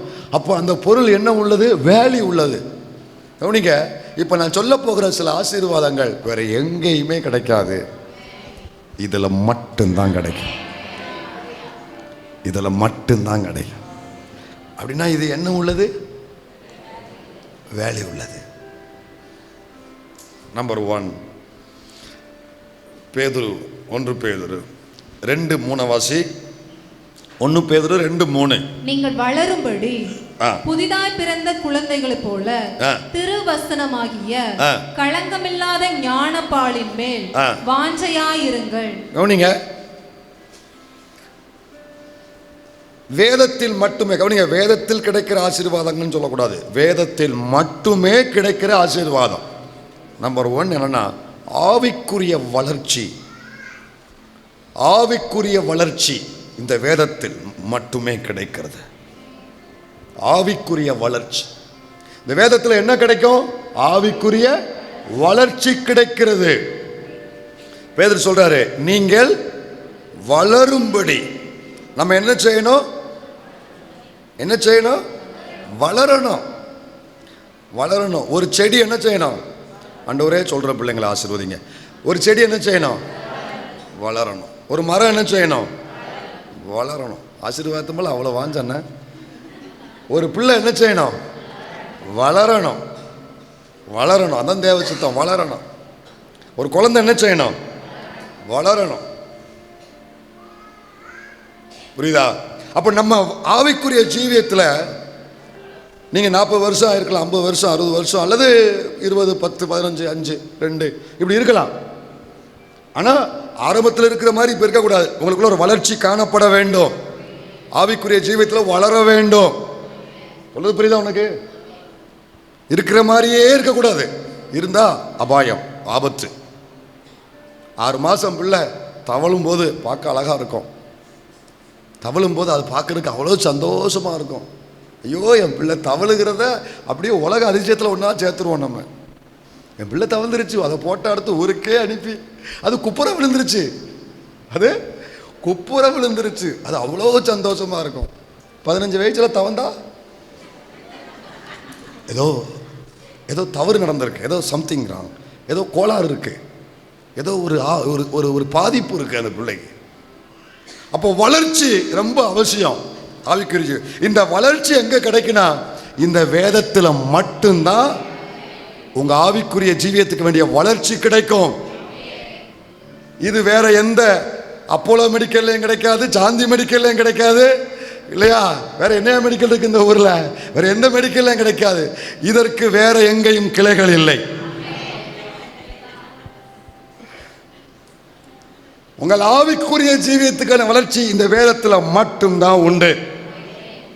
அப்ப வளரணும்னா பேர் சொல்றாரு, புதிதாய் பிறந்த குழந்தைய போல திருவசனமாகிய களங்கமில்லாத ஞான பாலின் மேல் வாஞ்சையார். ஞானப்பால். உலகத்துல 2 வசனம் அப்படி இருக்கட்டும். உலகத்துல 2 கலப்படம் இல்லாதது. சொல்லுங்க பார்க்கலாம். உலகத்துலன்னு சொல்றேன். 1 தாய்ப்பால், அது கலப்படம் இல்லாதது. 2வது இளநீர் அப்படின்னு சொன்னாங்க. ஆனால் இப்போ அதையுமே வந்துருச்சு. தாய்ப்பாலையும் அவனுக்கு கலந்து அவனுக்கு இப்போ வியாபாரம் பார்க்க ஆரம்பிச்சிட்டாங்க. கேள்விப்பட்டீங்களான்னு தெரில, நடக்கு இன்னைக்கு சிட்டிகளில் தாய்ப்பால் கூட வியாபாரம் ஆகி போச்சுங்க, கலப்படம் ஆகி போச்சுங்க. இளநியும் என்ன பண்ணுறான் இப்போ? இளநீ சருப்பத்து, அந்த சருப்பத்துன்னு அதில் எண்ணத்தையை ஊற்றி அதையும் கலப்படம் ஆகிட்டான். அப்போது நமக்கு தெரிஞ்ச ஒரே உண்மை, கலப்படம் இல்லாத ஞானப்பால், களங்கம் இல்லாத ஞானப்பால் தேவன் தந்த இந்த வசனம். அப்போ நான் வளரணும்னா ஒரு பிள்ளை வளரணும்னா என்ன குடிக்கணும்? பால் குடிக்கணும், பால் அருந்தணும். தாய்ப்பால் அருந்துற பிள்ளை அது வேகமாக வளரும், அதுக்கு வளர்ச்சி இருக்கும். அப்போ நான் வளரணும்னா நான் என்ன குடிக்கணும்? இந்த ஞானப்பாலை அருந்தணும். ஒரு பிள்ளை எப்பெல்லாம் பால், டோன்ட் மிஸ்டேக் மீ, கவனிங்க. ஒரு பிள்ளை எப்பெல்லாம் பால் குடிக்கும்? ஒரு குழந்தை, கை குழந்தை எப்பெல்லாம் பால் குடிக்கும் சொல்லுங்க? அழுகிறது சிம்டம்ஸ். பசி எடுக்கும் போதெல்லாம் பால் குடிக்கணும். அதுக்கு எப்பெல்லாம் பசிக்கும் அப்பெல்லாம் பால் குடிக்கும். குடிக்கும் அப்புறம் முடிக்கும், முடிக்கும் அப்புறம் குடிக்கும். ஏற்றுமதி அப்புறம் இறக்குமதி. குடிச்சுக்கிட்டு இருக்கும் போதே இறக்கும். அப்படி அந்த பிள்ளை அப்படி குடிக்கிற பிள்ளை தான் நல்ல கொழுன்னு அமுல் பேபி மாதிரி, விளம்பரத்துக்கு கொண்டு போகிற பேபி மாதிரி இருக்கும். அது வளரும் ஒரு மாதிரியே தேவங்குட்டி மாதிரி கிடக்குண்ணா. அதுக்கு சரியா கவனிப்பு இல்லைன்னு அர்த்தம். அது சரியா பால் குடிக்கலன்னு அர்த்தம். அது சரியா அது அந்த ஆகாரத்தை அருந்தலைன்னு அர்த்தம். அப்போ நம்ம வளரணும்னா எப்பெல்லாம் பசிக்கும் அப்பெல்லாம் நம்ம இதை குடிக்க ஆரம்பிக்கணும். காலையில் பசிச்சு குடிச்சு அதோடு விட்டுறக்கூடாது. மதியம் காலை சாப்பாடு, மதிய சாப்பாடு, நைட்டு சாப்பாடு எல்லாமே கரெக்டாக பண்ணுறோம். அதே மாதிரி இதை அருந்து கொண்டே இருக்க வேண்டும். இதை நான் பருகி கொண்டே இருக்க வேண்டும். எனக்குள்ள நான் இதை நான் பலன் அடையணும்னா இந்த ஞான பால் மேலே எனக்கு ஒரு வாஞ்சை இருக்கணும். நான் ஒன்று சொல்கிறேங்க, எனக்கு கதை புஸ்தகம் படிச்சலாம் எனக்கு பழக்கம் கிடையாது. அது எனக்கு விருப்பமும் கிடையாது. கதை புஸ்தகம், அந்த புஸ்தகம், இந்த புஸ்தகம். ஒரு காலத்தில் ரொம்ப அது சீரியஸாக இருந்துச்சு நம்ம நாட்டில். கல்கி, குமுதம், கற்கண்டு, அப்புறம் வேறு என்னெல்லாம் இருக்குது? கற்கண்டு, வேறு நாட்டு சக்கரை இது இருக்கா? சரி, இப்படி நிறைய இருக்குது. இப்போ இருக்கா? இப்போயும் இருக்குது. எனக்கு இதெல்லாம் விருப்பம் கிடையாது. ஆனால் அப்படி நீங்கள் படித்தாலும் நான் அதை உங்களை தவறுன்னு சொல்ல வரல. ஆனால் ஒன்று சொல்கிறேன், இந்த வேதத்துக்கு எதுவும் ஒப்பனை கிடையாது, எதுவும் இணை கிடையாது. அதெல்லாம் உலகத்தில் நடக்கிற சம்பவத்தை உங்களுக்குள்ளே கொண்டு வரோம். இதை கேட்டு நம்ம என்ன செய்ய போகிறோம்? உலகத்தில் நடக்கிறதெல்லாம் அறிஞ்சு நீங்கள் என்ன செய்ய போகிறீங்க? ஒன்றும் பண்ண போகிறதில்ல. கிழிச்சதை கொண்டு போய் நீங்கள் ஒன்றும் செய்ய முடியாது. அப்படி ஊரில் நடக்கிற எல்லா பேப்பரையும் வாங்கி படித்து, எல்லா புக்கையும் வாங்கி படித்து என்ன அறிவை கூட்ட போகிறோம் பாஸ்டர்? நான் கேட்க இருந்தால் தானே. இதில் போய் தேடினால்தான் பேதையை ஞானியாக்கிற புஸ்தகம். மற்ற எந்த புஸ்தகமும் உங்கள் வாழ்க்கையை வளர்க்காது. வேணா ஒன்றை செய்ய என்ன தெரியுமா? செலவெழுத்து விடும். மற்ற எந்த கதை புஸ்தகமோ வேற எந்த உலகத்தில் உள்ள எந்த பத்திரிக்கையோ உங்களுடைய ஆவிக்குரிய வாழ்க்கைக்கு உதவாது. சீரியஸாக சொல்கிறேன். நான் பத்திரிக்கை படிக்கிறதையோ நியூஸ் பேப்பர் படிக்கிறது தவறுன்னு சொல்ல வரல. ஆனால் இதை படிக்காமல் எதையுமே படிக்காத. இதை படிக்காம வேற எந்த நியூஸ் பேப்பர் காலங்காலத்தில் எழும்பி வந்து ஹாலில் ஐயா உட்காந்துருவார். வறண்டாவில் உட்காந்துக்கிட்டு தினமலர், தினத்தந்தி, அந்த தந்தி, இந்த தந்தி, எல்லா தந்தியும் வாங்கி வீட்டில் போட்டுக்கிட்டு அப்படியே படிப்பார். எவன் எங்கே போனால் எங்கே வந்தான் காப்பியை குடிச்சுக்கிட்டே வீட்டில் அரட்டல் போட்டுக்கிட்டே செய்வார். என்ன செய்ய போகிறேன்? வேதத்தை படித்து அதை படிங்க. ஆனால் இதை படிக்காமல் அதை படிக்காதுங்க. இதை படிக்காம அதை படிக்காங்க. ஏன்னா உங்களுடைய ஆத்மாவுக்கு பலனையும் உங்க ஆவிக்கு உரிய உற்சாகத்தையும் உங்க சரீரத்துக்கு வேண்டிய ஆரோக்கியத்தையும் கொடுத்து உங்களை வளர்ப்பது, ஆவிக்குரிய ஜீவியத்தை வளர்ப்பது இந்த ஞான பால் தான். இதுதான் உங்க ஆவிக்குரிய ஜீவியத்துக்கு உதவும். கிடைக்கிற நேரத்தில் வேதத்தில் பயன்படுத்துங்க. ரெகுலர் பைபிள் ரீடிங்கை பாருங்க, தியானத்துக்குரிய வேத பகுதியை பாருங்க. இதில் ஆராய்ச்சி செய்ய உங்கள் மனதை உட்படுத்துங்கள். கண்ட காரியத்துக்கு உங்க மனசை உட்படுத்தாதீங்க. அங்க போன போட்டு சாப்பிட்டியா, இங்க போன போட்டு தூங்கிட்டியா, அங்க போன போட்டு உன் புருஷன் போயிட்டானா, இங்க போன போட்டு உன் பொண்டாட்டி வந்துட்டாளா, கேட்டு என்ன செய்ய போறேன்னு கேட்கிறேன். இப்படி போன போட்டு 2 குடும்பத்தை ஆக்குனதான் மிச்சம். நல்லா இருந்த குடும்பத்தை இதுதான் மிச்சம். அத்தனை பேர் உங்களுக்கு என்ன வயசு இருந்தாலும் பரவாயில்ல, நீங்கள் எனக்கு ஆவிக்குரிய பிள்ளைங்க. அத்தனை பேருக்கு உரிமையோடு ஒன்று சொல்கிறேன், எல்லா விசுவாசிகளோட அன்பாக இருங்க, ஸ்நேகமாக இருங்க, பாசமாக இருங்க. ஆனால் நல்லா இருக்கீங்களா? நான் நல்லா இருக்கேன், நீங்கள் நல்லா இருக்கீங்களா? இதோட ஃபோனை வச்சிரு, இதோட பேக்கை தூக்கிட்டு இடத்த காலி பண்ணிடு. அப்புறம் மூத்த மக வந்தாலே போயிட்டாளா புருஷன் வீட்டுக்கு? போகலன்னா நீ என்ன செய்ய போகிற? நீ போக போறியா? ஊர் கட்டவளையா? குடும்பத்தை கெடுக்கிற ஆட்கள் இதெல்லாம். அது என்ன, இது என்ன, இது என்ன, அது என்ன, இப்படியே போன போட்டு நாசமாக்குறதான் மிச்சம். அப்படிப்பட்ட போனு செயலிழந்து போவதாக.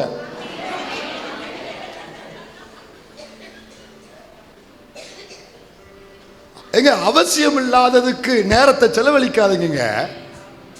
எங்களுக்கெல்லாம் நேரம் கிடையாது சில காரியங்களை.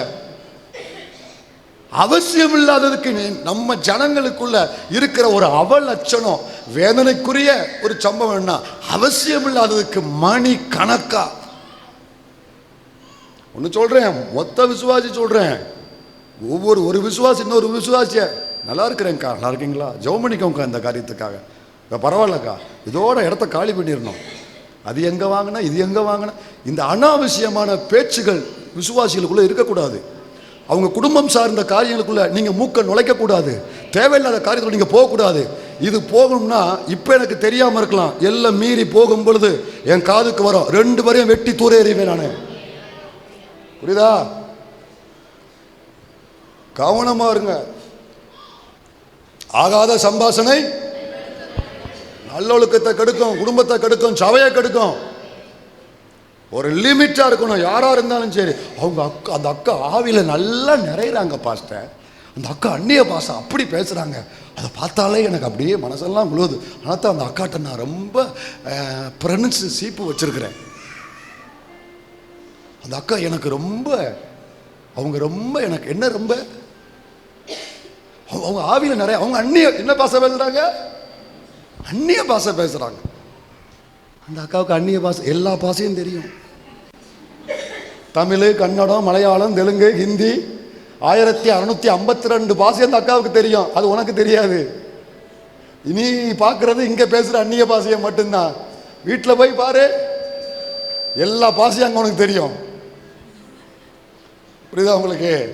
எல்லா இடத்துலையும் பழகுங்கள், சமாதானமாக இருங்கள், எல்லையோடு இருங்க, எல்லாமே நலமானதை மட்டும் எடுங்க.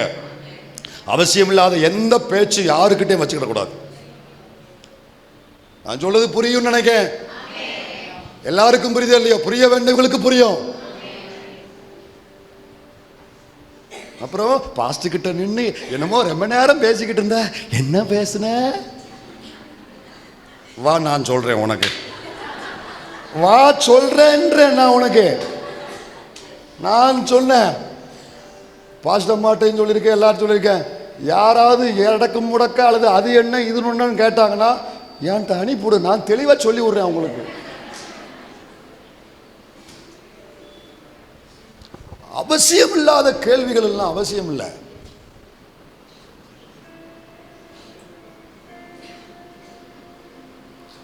வீட்டுக்குள்ளேயே இப்போ எங்கள் ஃபேமிலியிலேயே சொல்லியிருக்கிறேன், நான் ஸ்ட்ரிக்டாக சொல்லியிருக்கேன், பாஸ்டர் மாட்டேன், அம்மாட்ட எல்லாம் சொல்லியிருக்கேன். ஃபேமிலியை பற்றி ஜனங்கள் என்ன விசாரித்தாலும் நல்லா இருக்கிறோன்னு சொல்லிட்டு விடுங்க. இப்போ நாங்கள் 5 நாள் எங்கே இருக்கோம் என்ன பண்ணோம் உங்களுக்கு தெரியாது. அன்னைக்கு கூட நான் சொல்ல விரும்பலை, பாசமாக சோம்பலன்னு சொல்லி அந்த ஐயா சொல்லிட்டாரு. அவருக்கு நான் சொல்ல வேண்டிய காரணம் என்னென்னா, எங்களை ஒரு மீட்டிங்க்கு அவர் கூப்பிட்டாரு, நான் போக முடியலை, அதுக்காக நான் சொன்னேன். ஆனால் அவர் என்ன பண்ணிட்டாருன்னா, பைபிள் கிளாஸில் அவர் ஜபத்துக்காக சொன்னார், வேற உள்ள ஜபம் பண்ணார், அவ்வளோதான். அதை வச்சு தெரிஞ்சிருச்சுன்னா நான் அதை சொன்னேன். மற்றபடி எனக்கு அது சொல்ல விருப்பம் கிடையாது, அந்த நோக்கமும் கிடையாது. யார் கேட்டாலும் நல்லா இருக்கும், முடிஞ்சு போச்சு, அவ்வளோதான். எதையுமே சொல்லணுங்கிற எனக்கு அவசியமானது சொல்லுவேன், அவ்வளோதான். தேவைப்படுது சொல்லுவேன். அதே சரி, சொல்லப்பட்ட செய்தியை மட்டும் கேட்டுட்டு ஜெபம் பண்ணிட்டு போனோம். அதுக்குள்ளே வந்துக்கிட்டு அது என்ன இது என்ன எங்கே எப்போ எப்படி, அப்படி ஆட்கள்லாம் ஏன்ட்ட அனுப்புன்றிருக்கேன். நான் தெளிவாக சொல்லி விடுறேன். பாஸ்டர் பண்ண சொன்னேன், ரொம்ப டீட்டெயிலாக நான் பலிவிடத்தில் சொன்னதை மட்டும்தான் கேட்கணுமே தவிர இதை தாண்டி அங்கே போனா தெரியும், இங்கே போனா தெரியும், இங்கே போனா தெரியும், ஏன்ட்ட அனுப்பு. நான் ரொம்ப தெளிவாக சொல்லி விடுவேன். என்னையை பார்க்க சொல்ல, என் முகவரியை கொடுங்க, பாஸ்டர் விஜே ஸ்டீவன் 9487123871 அனுப்பி விடுங்க, நான் சொல்லி விடுறேன் உங்களுக்கு. இது எனக்கு மட்டும் இல்லைங்க, உங்களுக்குள்ள. ஏன்னா எனக்கு தெரியும் சில ஆட்களுடைய செயல்பாடுகள் எங்க போய் முடியும் எனக்கு தெரியும், உங்களுக்கு தெரியாது. உங்களுக்கு அதுக்கு மேல இருக்கிற சுகர் கோட்டட் மட்டும்தான் தெரியும், உள்ள இருக்கிற பாய்சன் எனக்கு தெரியும். சுகர் கோட்டட் சொல்லுங்க, சுகர் வெளியில சுகர் கோட்டட் இருக்கும், ஆனா உள்ளுக்குள்ள பாய்சன் இருக்கும். அவசியம் இல்லாத பேச்சு, அவங்க குடும்பம் சார்ந்த காரியம், எவ்வளவு எந்த காரியமா லிமிட்டோட அத்தனை பேரும் வைத்துக் கொள்ள வேண்டும். டீப்பா உள்ள போக கூடாது. ரொம்ப தலையிட்டு ரொம்ப ஓவரா போய் அப்படியே குழஞ்ச சோறை சாப்பிடவே முடியாதுன்னு சொல்லுவாங்க. அப்படி ரொம்ப ஓவரா போக கூடாது. லிமிட்டோட இருந்தால் வருகை மட்டும் நீங்கள் இந்த சபையில நீடிப்பீங்க. புரியுதா உங்களுக்கு? கை உயர்த்தி ஒரு ஆமென் சொல்லுங்க. இது ஏன் சொல்றேன்னா, நீ அரை மணி நேரம் பைபிள் வாசித்து நீ தேவையில்லாத கதையை போய் விட்டேன்னா பிரயோஜனம் இல்லை, பிரயோஜனம் இல்லாது. உள்ள போன வசனம் அது உனக்கு பிரயோஜனப்படாது. கண்ட காரியங்களுக்கு உன் நேரத்தை செலவிடாத. அது குடும்பத்துக்கு ஆசீர்வாதம் கிடையாது. உன் ஜெபத்தை தடுக்கும், உங்களுடைய ஆவிக்குரிய வளர்ச்சியை கெடுக்கும். அந்த பரிமள தைலக்காரன் குப்பியில செத்த ஈ என்ன செய்யுமா? நார பண்ணும். இது எங்க இருந்து இந்த ஈ வருதுன்னு தெரியாது. அதனால எல்லா காரியத்திலுமே கவனமா இருங்க. ஏன்னா நீங்க வளரணும்னு நான் விரும்புறேன். உங்க வளர்ச்சியை விரும்புவது ஒண்ணு கத்தருக்கு அடுத்து இந்த பூமியில நான் தான் உங்க ஆசீர்வாதத்தையும் வளர்ச்சியை விரும்புறேன். அப்ப எனக்கு உரிமை இருக்கு, உங்களை ஆசீர்வதிக்க உரிமை இருக்கு, உங்களை கண்டிக்க உரிமை இருக்கு, உங்களை அரவணைக்க உரிமை இருக்கு, உங்களை அடிக்க உரிமை இருக்கு, அடிச்சுட்டு அடுத்து உடனே மருந்து போட உரிமை இருக்கு. அல்லேலூயா. நீங்க வளரணும், முதிர்ச்சிக்குள்ள வரணும். ஒரு வார்த்தையை சொல்றேன், ஒரு பெருங்கூட்டம் உங்களை பார்த்து உள்ள வர போறாங்க. அவங்களுக்கு நீ ஒரு எக்ஸாம்பிளா இருக்கணும், நீங்க ஒரு மாதிரியா இருக்கணும், ஒரு முன் மாதிரியா இருக்கணும். உங்களை பார்த்து நிறைய பேர் வளர போறாங்க. மற்றவர்கள் வளருவதற்கு ஏதுவான ஒரு முதிர்ச்சி உங்கள் அத்தனை பேர்கிட்ட இருக்க வேண்டும். உங்களை பார்த்து நிறைய பேர் விசுவாசத்தில் வளரணும், ஜெபத்தில் வளரணும், வேதத்தில் வளரணும். அந்த முதிர்ச்சி உங்களிடத்தில் இருக்க வேண்டும். இன்னொரு வார்த்தை சொல்றேன், நீங்கள் அத்தனை பேரும் ஒரு கூட்டத்துக்கு தாயாக நீங்க மாறணும். தாயை போல நீங்க ட்ரீட் பண்ண வேண்டும். தாயை போல நீங்க ஒரு காரியத்தை பார்க்க வேண்டும். தாயை போல உங்க வார்த்தையில் உள்ள அந்த முதிர்ச்சி இருக்க வேண்டும். உங்க வார்த்தையில அந்த தகுதி, அந்த வார்த்தையினுடைய குவாலிட்டி இருக்கு பாருங்க. ஒரு தாயை போல உங்க வார்த்தையின் குவாலிட்டி இருக்க வேண்டும். அந்த தாய்க்கு ஏதுவான சுபாவம் உங்களுக்கு வளர வேண்டும். அந்த வளர்ச்சிக்கு வாங்க. புரியுதா உங்களுக்கு? இல்லைன்னா பிந்தி வந்தவங்க பைபிள் இருக்குல்ல, முந்தினோர் அப்புறம் நீங்க ஐயோ வேண்டாம். வளருங்க. உங்க வளர்ச்சி போதாது. காலத்தை பார்த்தா போதகராக இருக்க வேண்டிய நீங்க ஒவ்வொருவரும் இந்த இடத்துல என்ன மாதிரி நின்று பிரசங்கம் பண்ணக்கூடிய இடத்துல பண்றீங்களோ இல்லையோ, அந்த வளர்ச்சி உங்கள்கிட்ட இருக்கணும், அந்த முதிர்ச்சி இருக்கணும். உங்களை நீங்க வளர்த்துக்கிடுங்க. அப்போ நீங்க வளரணும்னா உங்க அதிக நேரம் கண்ட ஆள்கிட்டையும் கண்ட போன்லையும் கண்ட நெட்லையும் அவசியம் இல்லாத இடத்துலலாம் உங்க நேரத்தை செலவழிக்காதீங்க. உங்களுக்கு ஆண்டவர் கொடுத்த பெரிய ஆசீர்வாதம் சொல்லட்டுமா?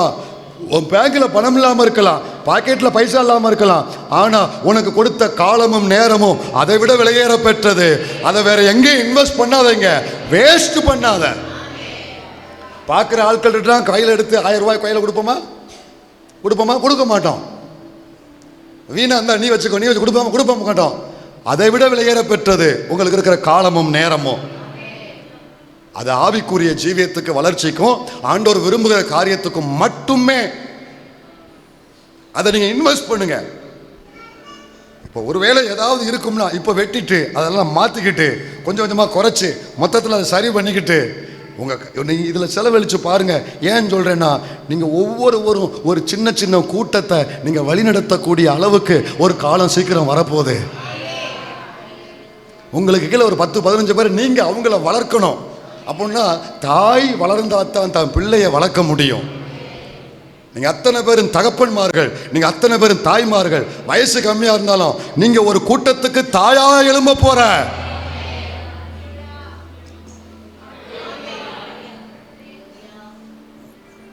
பெராயா பட்டணத்தை இதை மட்டும் வாசி முடிப்போம். 17 அப்போஸ்தலர் 17 10-11 வாசி. அப்போஸ்தலர் 17 10-11 வாசி.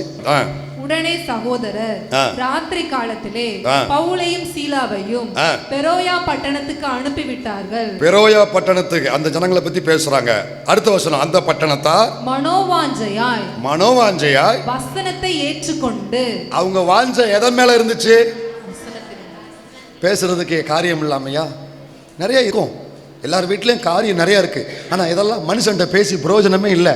பக்கத்து வீட்டுக்காரன்ட்ட பேசி ஃபோனில் பேசி எந்த பிரயோஜனமும் இல்லை. நீங்கள் யார்கிட்ட உங்கள் பிரச்சனையை பேசினாலும் தேவ பிள்ளையே, தேவஜனமே கவனிங்க, நயா பைசாவுக்கு பிரயோஜனம் இல்லை. நீங்கள் யாருக்கிட்ட உங்கள் இருதயத்தை கொண்டு போய் நீங்கள் வெளிப்படுத்தினாலும் 10 பைசாவுக்கு பிரயோஜனம் இல்லை. என் அனுபவத்தை சொல்கிறேன். அந்த அக்காட்ட, இந்த அண்ணன்ட்ட, இந்த சகோதரன்ட்ட பிரயோஜனமே இல்லை. கதவை பூட்டி, அறை வீட்டை பூட்டி உன் கண்ணீரை சிந்து, அதுக்கான வெளியரங்கமான பதில் உனக்கு கண்டிப்பாக கிடைக்கும். இந்த ஜனங்களை பாருங்க, எதை பற்றியும் பேசுறதுக்கு அவங்க இடம் கொடுக்கல. மனோ வாஞ்சைய வசனத்தை ஏற்றுக்கொண்டு காரியங்கள் இப்படி இருக்கிறதா என்று தினந்தோறும் வேத வாக்கியங்களை ஆராய்ந்து பார்த்ததினால். எதை ஆராய்ந்து பார்க்கணும்? அந்த வீட்டில் என்ன நடந்துச்சு, இந்த வீட்டில் நடந்துச்சு, அது என்ன. மற்ற குடும்பத்தை பற்றி ஆராயக்கூடாது, மற்ற யாரை பற்றி ஆராயக்கூடாது. எனக்கெல்லாம் உங்கள் பிரச்சனை டைரெக்டாக நீங்கள் வந்து தான் என்கிட்ட பேச பிடிக்கும். இன்னொரு ஆள் வந்து இன்னொரு ஆளை பேசுகிறதுலாம் எனக்கு எப்படி இருக்குன்னு நான் சொல்கிறேனே. ஒரு ஆள் வந்து இன்னொரு ஆளை பற்றி பேசுகிறாருன்னா எனக்கு வாமிட் பண்ணுற மாதிரி இருக்கும். அவர் ஒரு ஆள் வாந்தி பண்ணும் பொழுது எப்படி வாந்தி எடுக்காரு, பார்க்குறக்கே கலர்ஃபுல்லாக இருக்கே, விதவிதமாக இருக்கே, அப்படி பார்த்துட்டா இருப்பீங்க. நிறைய பேர் நைட்டு சாப்பிட மாட்டேங்க பாருங்கள். வாந்தி எடுக்கும்போது நம்ம என்ன செய்வோம்? வாந்தி எடுக்கும்போது என்ன செய்வாங்க? நிற்போமா? முதல்ல ஓடுவோம், தலைதெறிக்க ஓடுவோம். அதே மாதிரி தான் அவசியம் இல்லாத அருவருப்பானது அடுத்தவங்களை பற்றி மற்றவங்க யார் உங்கள்கிட்ட பேசுகிறாங்கன்னா நீங்கள் இப்படி பார்த்துக்கோங்க. இன்றைக்கி நைட்டுக்கு ஃபோன் வராது பாருங்களேன். இன்னும் ஒரு வாரத்துக்கு கண்டிப்பாக ஃபோன் வராது. அப்படி ஃபோன் வந்துச்சுன்னா உங்கள் கண்ணுக்கு என்ன தெரியணும்? ஐயோ இந்த அக்கா வாந்தி எடுக்குது, ஐயோ இந்த அண்ணன் வாந்தி எடுக்கிறாரு. என்ன எடுக்கிறாரு? இடத்த காலி பண்ணிரு, இடத்த காலி பண்ணிரு. இவங்க வேற எதையுமே ஆராய்ச்சி பண்ணல. இவங்க எதத்தை ஆராய்ச்சி பண்ணாங்க? வேத வாக்கியம். ஐயா அதுதான் எழுப்புதலின் நாட்கள். ஐயா அதுதான் சபையை கர்த்தர் இன்னைக்கு மாத்த விரும்புறாரு. அந்த மறுரூபத்தை சபைக்கு கர்த்தர் எதிர்பார்க்கிறாரு. வேத வாக்கியத்தை. அண்ணன் இந்த வசனம் என்ன, அக்கா இந்த வசனம் என்ன, இது இப்படி இருக்கு, அது அப்படி இருக்கு, எஸ்ராவை பத்தி, தாவீதை பத்தி, தெபராளை பத்தி, எஸ்தரை பத்தி இப்படி இருக்கு. வேத வாக்கியத்தை ஆராய்ந்து பார்த்ததுனால அவங்க அத்தனை பேருமே துர்க்குணத்தில் பிறந்தவர்கள். ஆனா வேதம் இப்ப சொல்லுது அவர்கள் எல்லாரும் தெசலோனிக்கையில் உள்ளவர்களை பார்க்கிறோம் நற்குணசாலிகளாய் இருந்தார்கள். தாவீது சொல்றாரு, என் தாய் என்னை துர்க்குணத்தில் நான் பிறந்திருக்கிறேன். 51:5 சொல்றாரு, நான் துர்க்குணத்தில் பிறந்திருக்கிறேன். பிறந்த அத்தனை பேரும் துர்க்குணம் உள்ளவர்கள். துர்க்குணத்தில் உருவானேன், இதோ நான் துர்க்குணத்தில் உருவானேன்.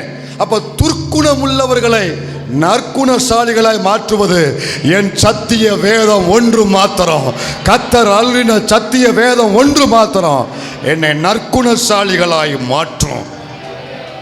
இதுல நீங்க நேரத்தை செலவழிக்க உங்களை அப்படியே அது கழுவி கழுவி கழுவி கழுவி கழுவி கழுவி வாசிக்க ஒப்பு கொடுக்க, வாசிக்க ஒப்பு கொடுக்க, வாசிக்க சரிபடுத்த ஒரு நாள் பார்க்கும் பொழுது பத்திரமாத்தின தங்கமா வைரமா நீங்கள் ஜொலிக்க கூடியவர்களா, நீங்க ரட்சிப்பின் வெளிச்சத்தை காண்பிக்கிற ஒரு கலங்கர விளக்காக இயேசுவை காண்பித்து கொடுக்கிற சந்ததியாக ஜொலிப்பீர்கள். இதுதான் அதை உங்களுக்கு செய்யும். வேதம் தான் உங்களுக்கு அதை செய்து கொடுக்கும். உற்சாகமா இருக்கீங்களா? சந்தோஷமா இருக்கீங்களா? ஏற்றுக்கொள்றீங்களா? சத்தியத்தை இதுக்கு ஒப்பு கொடுக்குறீங்களா? முழங்கால் படிடுவோம். பாதைக்கு வழிகாட்டும், சோதனையில் ஜெயம் கொடுக்கும். அப்படியே ஸ்தோத்திரம் பண்ணுங்க. ஆண்டவர் எனக்கு அருளி செய்த இந்த வேதத்துக்காக, என் வாழ்க்கை இந்த அளவுக்கு மாற்றின இந்த வேதத்துக்காக, எனக்குள்ள இவ்வளவு வளர்ச்சியை லிட்ரலா இயற்கையா நான் இப்படிப்பட்டவன் கிடையாது, நம்ம இப்படிப்பட்டவர்கள் கிடையாது. ஆனால் இப்படி ஒரு வளர்ச்சியை நமக்கு கொடுத்தது தேவன் கொடுத்த இந்த வேதம் தான். நம்மளை இப்படி உருமாற்றி இருக்கு, நம்மளை இந்த வளர்ச்சிக்கு நேராக கொண்டு வந்திருக்கு. ஆண்டவரே நீர் அருளின இந்த வேதத்துக்காக ஸ்தோத்திரம்பா. வேதத்தை வாசிக்கவும், அதை நேசிக்கவும், அதை விசுவாசிக்கவும், அதை கனப்படுத்தவும், அதிலே என்னுடைய வாழ்க்கையை அர்ப்பணிக்கவும் இந்த ராத்திரியில் எங்களை ஒப்பு கொடுக்கிறோம்ப்பா, ஒப்பு கொடுக்கிறோம்ப்பா, ஒப்பு கொடுக்கிறோம். நாங்கள் வளரணும். இந்த வேதத்தை வாசித்து வாசித்து எங்கள் கரைகளை எல்லாம் கழுவி கழுவி பெராயா ஜனங்களைப் போல நற்குணசாலி உள்ள சபையாக இந்த சபை, எந்த சபையை சத்துரு கரைபடுத்த பார்த்தானோ, எந்த சபையை சத்துரு குறைகளை சொல்லி தூட்டி திரிந்தானோ, இதே சபை பல 100 சபைக்கு எடுத்துக்காட்டாய் மாறக்கூடிய நற்குணசாலிகள் இங்கிருந்து புறப்படணும். நற்குணசாலிகள் இந்த சபையில எழும்பணும். வேதத்தினால, வசனத்தின் மேல தங்கள் வாஞ்சையை வைத்து சபை மாறணும். நான் மாறணும், என் குடும்பம் மாறணும், எங்க சபை மாறணும். இந்த வளர்ச்சி போதாது. சொல்லுங்க ஆண்டவர்கிட்ட, எனக்கு இந்த வளர்ச்சி போதாது. வயதானாலும் பரவாயில்ல, சொல்லுங்க, இந்த வளர்ச்சி எனக்கு போதாதுப்பா, இன்னும் எனக்கு வளர்ச்சி வேணும். சொல்லுங்க, நான் ஒரு தாயா இருக்கிறேன். இந்த மாலை நேரத்துக்கு வந்த உங்க அத்தனை பேரும் கொஞ்சம் வயசா இருந்தாலும் பரவாயில்ல, நீங்க உங்களை ஆண்டவர் சொல்ற, நீ ஒரு தாய். உன் மடியில ஒரு கூட்டம் வளரப்போகுது. ஆவிக்குரிய பிள்ளைங்க உன் நிழல்ல வந்து வளர போறாங்க. நிறைய பேர் உன் மூல வளர போறாங்க. நீ ஒரு தாய். கர்த்தர் இந்த பட்டணத்துக்கு ஒரு தாயாய் உன்னை பார்க்கிறார். நீ தாயாக எழும்பும் அளவும் பட்டணங்கள் பாழாத்தான் கிடக்கும். நீ தாயாய் மாறணும். நீ மாறினாத்தான் அவங்களுக்கு வாழ்க்கை. ஒரு கூட்டம் வாழ்வடையணும்னா, ஒரு கூட்டம் ரட்சிக்கப்படணும்னா, ஒரு கூட்டம் எழும்பணும்னா நீ தாயாய் மாறணும். நற்குணசாலியாய் நீ மாறணும். கர்த்தர் இடத்துல அந்த குவாலிட்டி எதிர்பார்க்கிறாரு. இங்க இருக்கிற ஒரு சில கரத்துல ஆண்டவர் என்னைக்கோ கொடுத்திருப்பாரு, இன்னும் ஏன் கொடுக்கல தெரியுமா? உன் கையில இன்னும் சில காரியத்தை கொடுக்காம கர்த்தர் வெயிட் பண்றாரு. ஏன் தெரியுமா? நீ இன்னும் ஒரு தாய் குணத்துக்கு நீ வரணும். ஒரு தகப்பன் குணத்துக்கு நீங்க வரணும். அது வந்து அவங்கள நம்பி கொடுக்க வேண்டியது அவங்க கையில கர்த்தர் கொடுப்பாரு. ஆண்டவர் கொடுப்பாரு. அல்லேலூயா. ஒரு சாமுவேல் உன் மடியில வளர போறான். ஒரு ஈசாக்கு உன் மடியில வளர போறான். ஒரு பெருங்கூட்டம் அல்லேலூயா உன் மடியில வளர போகுது. உன் நிழல்ல உன் ஜபத்தை கேட்டு, உன் போதனையை கேட்டு, உன் செய்தியை கேட்டு ஒரு கூட்டம் வளரப்போகுது. வளரப்போகுது. அன்னைக்கு எலியாவின் நாட்கள்ல ஓசியா குகைக்கு 50 பேரை வச்சு அவன் வளர்த்தான். வளர்க்கக்கூடியவன். நீ யார் தெரியுமா? ஒரு கூட்டத்தை வளர்க்கக்கூடிய பிள்ளை. அந்த அபிஷேகத்தை உனக்கு வச்சிருக்கிறாரு. அந்த கிருபையை கர்த்தர் அந்த அழைப்பை வச்சிருக்கிறாரு. இந்த மாலை நேரத்தில் அதுக்கு ஏற்றாறு போல உங்களை நம்ம கர்த்தர் உருவாக்கி கொண்டிருக்கிறாரு. ஒப்பு கொடுக்கிற பிள்ளைங்க, இந்த வருஷத்திலேயே நீங்க எழும்ப போறீங்க. இந்த வருஷத்தின் இறுதியிலேயே உங்களுடைய நிழலில் அல்லேலூயா ஒரு உங்களை கர்த்தர் இன்னைக்கு செதுக்கி உங்களை கொண்டு அநேகரை கர்த்தர் உருவாக்க போறாரு.